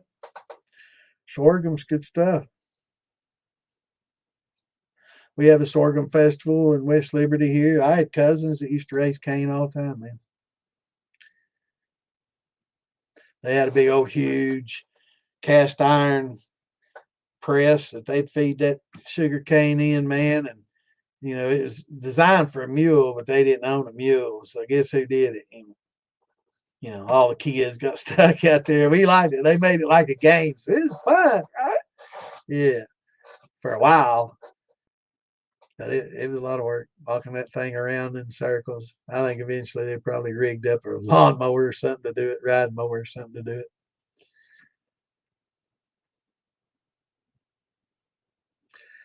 I'm pretty damn sure he said, did you say shot? I got an old hand wringer from wash machine, but it works and take a shot time. I knew you said it. Time for a shot. I poured one just a minute ago. Just waiting on him to show up. Say it. Say it. Say it. Come on, Mark. Don't let me down.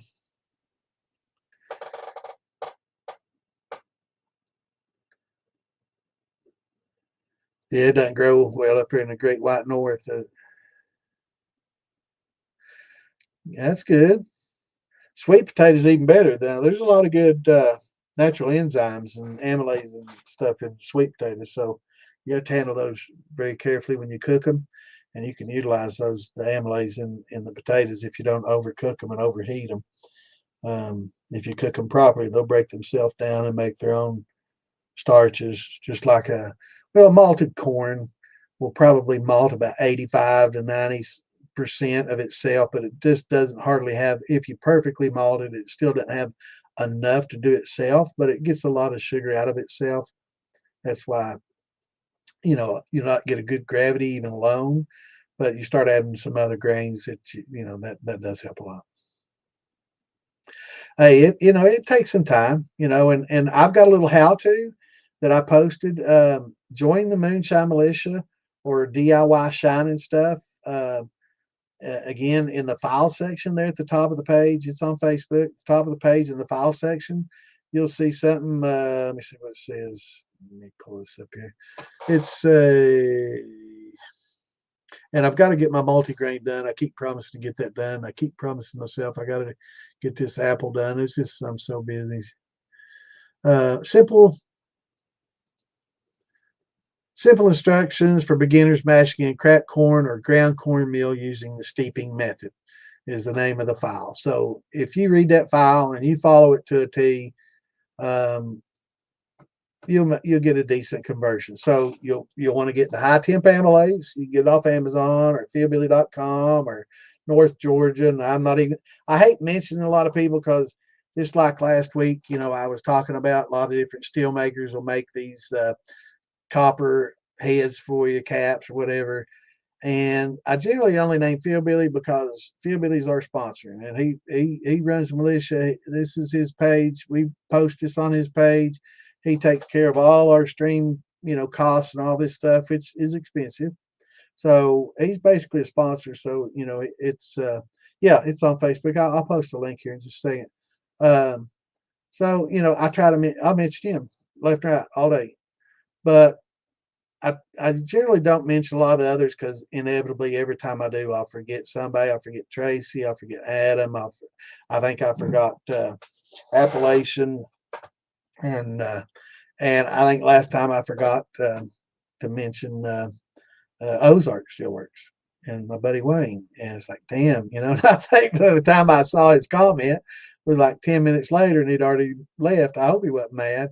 But that's why I try not to name everybody because inevitably I forget somebody. And I don't mean like Appalachian and Sean and Roy. I don't want to miss anybody. And I think I'm forgot them, Dad, them too.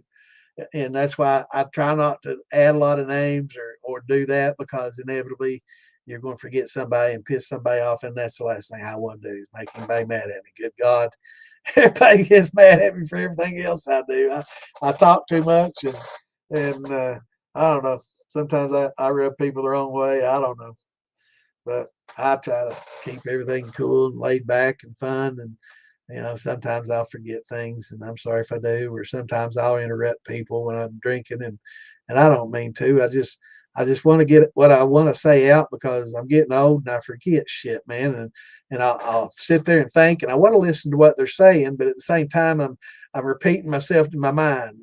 What I'm trying to remember, what I'm trying to remember, what I'm trying to remember, and I'm trying to listen to what they say, and then I get into what they say, and I forget what the fuck it was I was trying to remember. So sometimes I interrupt people just to get that little bit out because it pisses me off when I do that, and I just got to be better and try harder, I guess. But yeah, if you got plenty of sweet potatoes, man, those are good and cheap too. And I know them Idaho potatoes is good.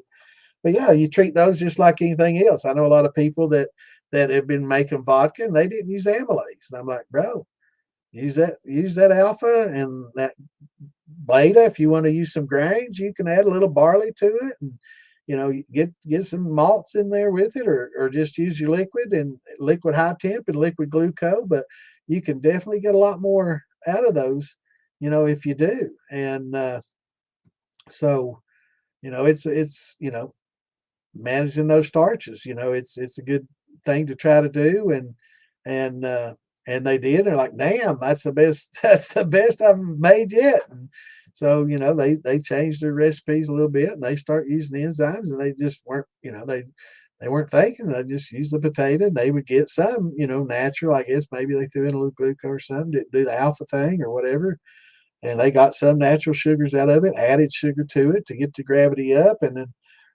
and did it that way. But I'm like, yeah, try use it. Just break those grains up like starch is starch. I've heard a lot of people say, oh, the rye starch is different than the barley starch or the corn starch or this starch. Not true. Amylo and amylopectin is the same. It'll be 300 to 1,000 molecules long of glucose molecules. Some, glucose. The amylopectin is a branch. The amylose is a strain, just like pearls, and it's not different. Don't let anybody kid you. I've seen that in some of the other groups. Not true. Don't listen to what they say. That's not coming from facts. And there's certain facts that are facts. And there's certain things that are opinion. There's a lot of opinion in distilling. This is my way, their way, lots of ways. There's many ways to arrive at that drip. So don't get all caught up in the facts. This is the fact. That's the fact. This is right. That's wrong. Don't get caught up in that because there's many ways to do it. Like we were talking earlier with the amylase, with the sacrificial amylase to keep it thin so you don't work, if you're paddling like he does, Jesse, I think, uses the damn paddle, and if you're doing that, by all means, use some sacrificial amylase so you don't, work your arms to death. But if you're lazy like me and you got a drill and use the damn paddle, and it's not as big an issue. Oh, I forgot. I'm sorry. Thank you, Clint.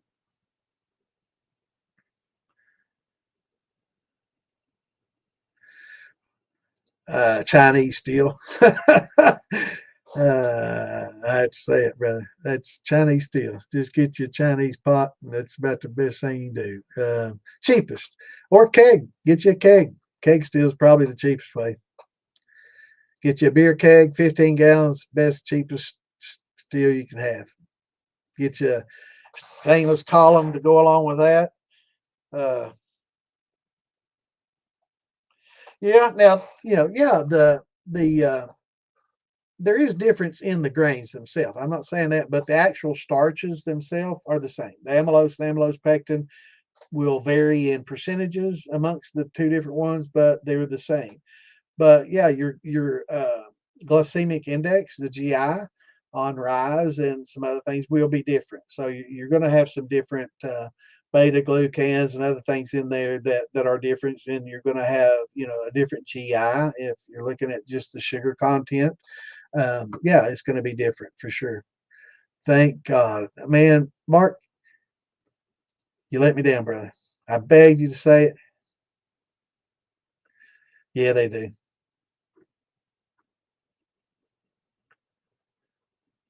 Yeah, they make some good stuff. And that's why that's their sponsors. So I will drop their name often and always, and they make great videos. Not saying anybody else doesn't, not knocking anybody else, but if I try to start naming everybody, inevitably I'm going to forget Bruiser. I'm going to forget James Wade Harrell. I'm going to forget all Wayne or Peterman. I don't want to forget anybody.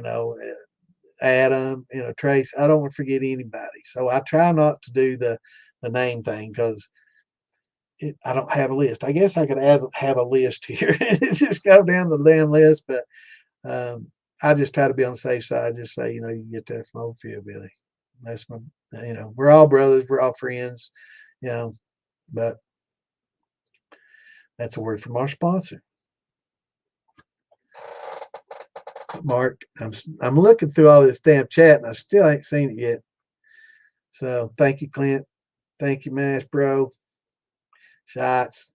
And it's probably be my last tonight. I'm tired of shit. That half lit now, and I didn't eat. I mean, I've been working all day and picked up leaves. I pick them up with my mower. So I mowed my grass like 5 times today, and that's about what it's like. I have to mow it, mow it, mow it, mow it, mow it again. So usually it takes about an hour to mow my grass, but I had to mow it like 4 times to get all the leaves up. And yeah.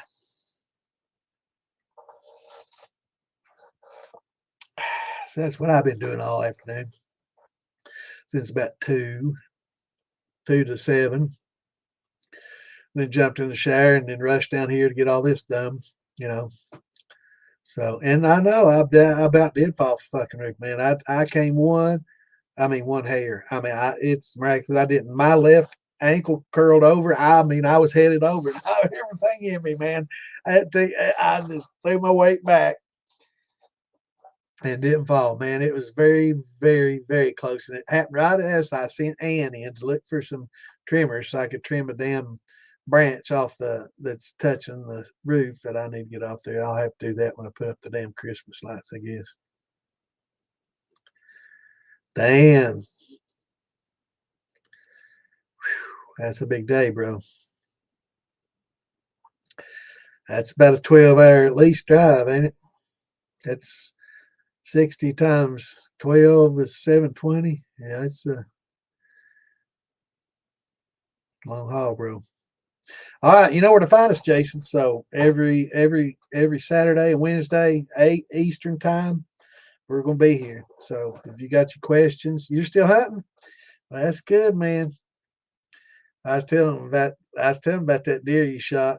I guess before you got on here, Chris sends me a picture, and it looks like a deer with a bloody eye. Its eyes blood, and I'm like, fuck, it looks like it's got hemorrhagic disease or some shit. Man, I was expecting him to say this has got that hemorrhagic disease or some shit or zombie deer, bleeding from the eyes. And he said, this one's a no-brainer. I fucking shot his brains out. That's good. That's good. No meat ruined.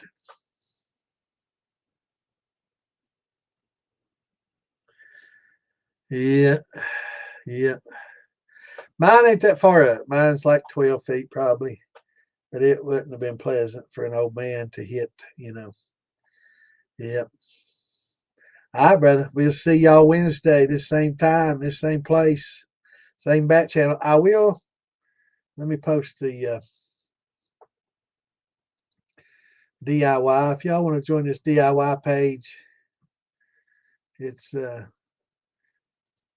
we got a pretty good file section. If you want to join the militia page, I can put that link up as well. Most people are already in the militia, though. If you're not, definitely want to join that too. But I'll put this DIY up. It's wide open.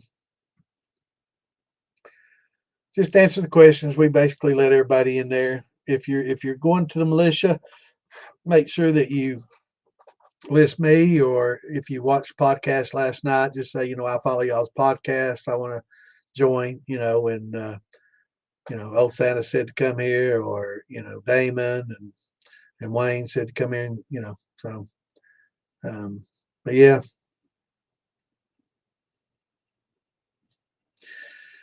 But we will see you cats Wednesday night. Shine on, peace out. I'm headed to Taco Bell. See y'all later. Have a good one. Have a great weekend, everybody. We'll see you Wednesday.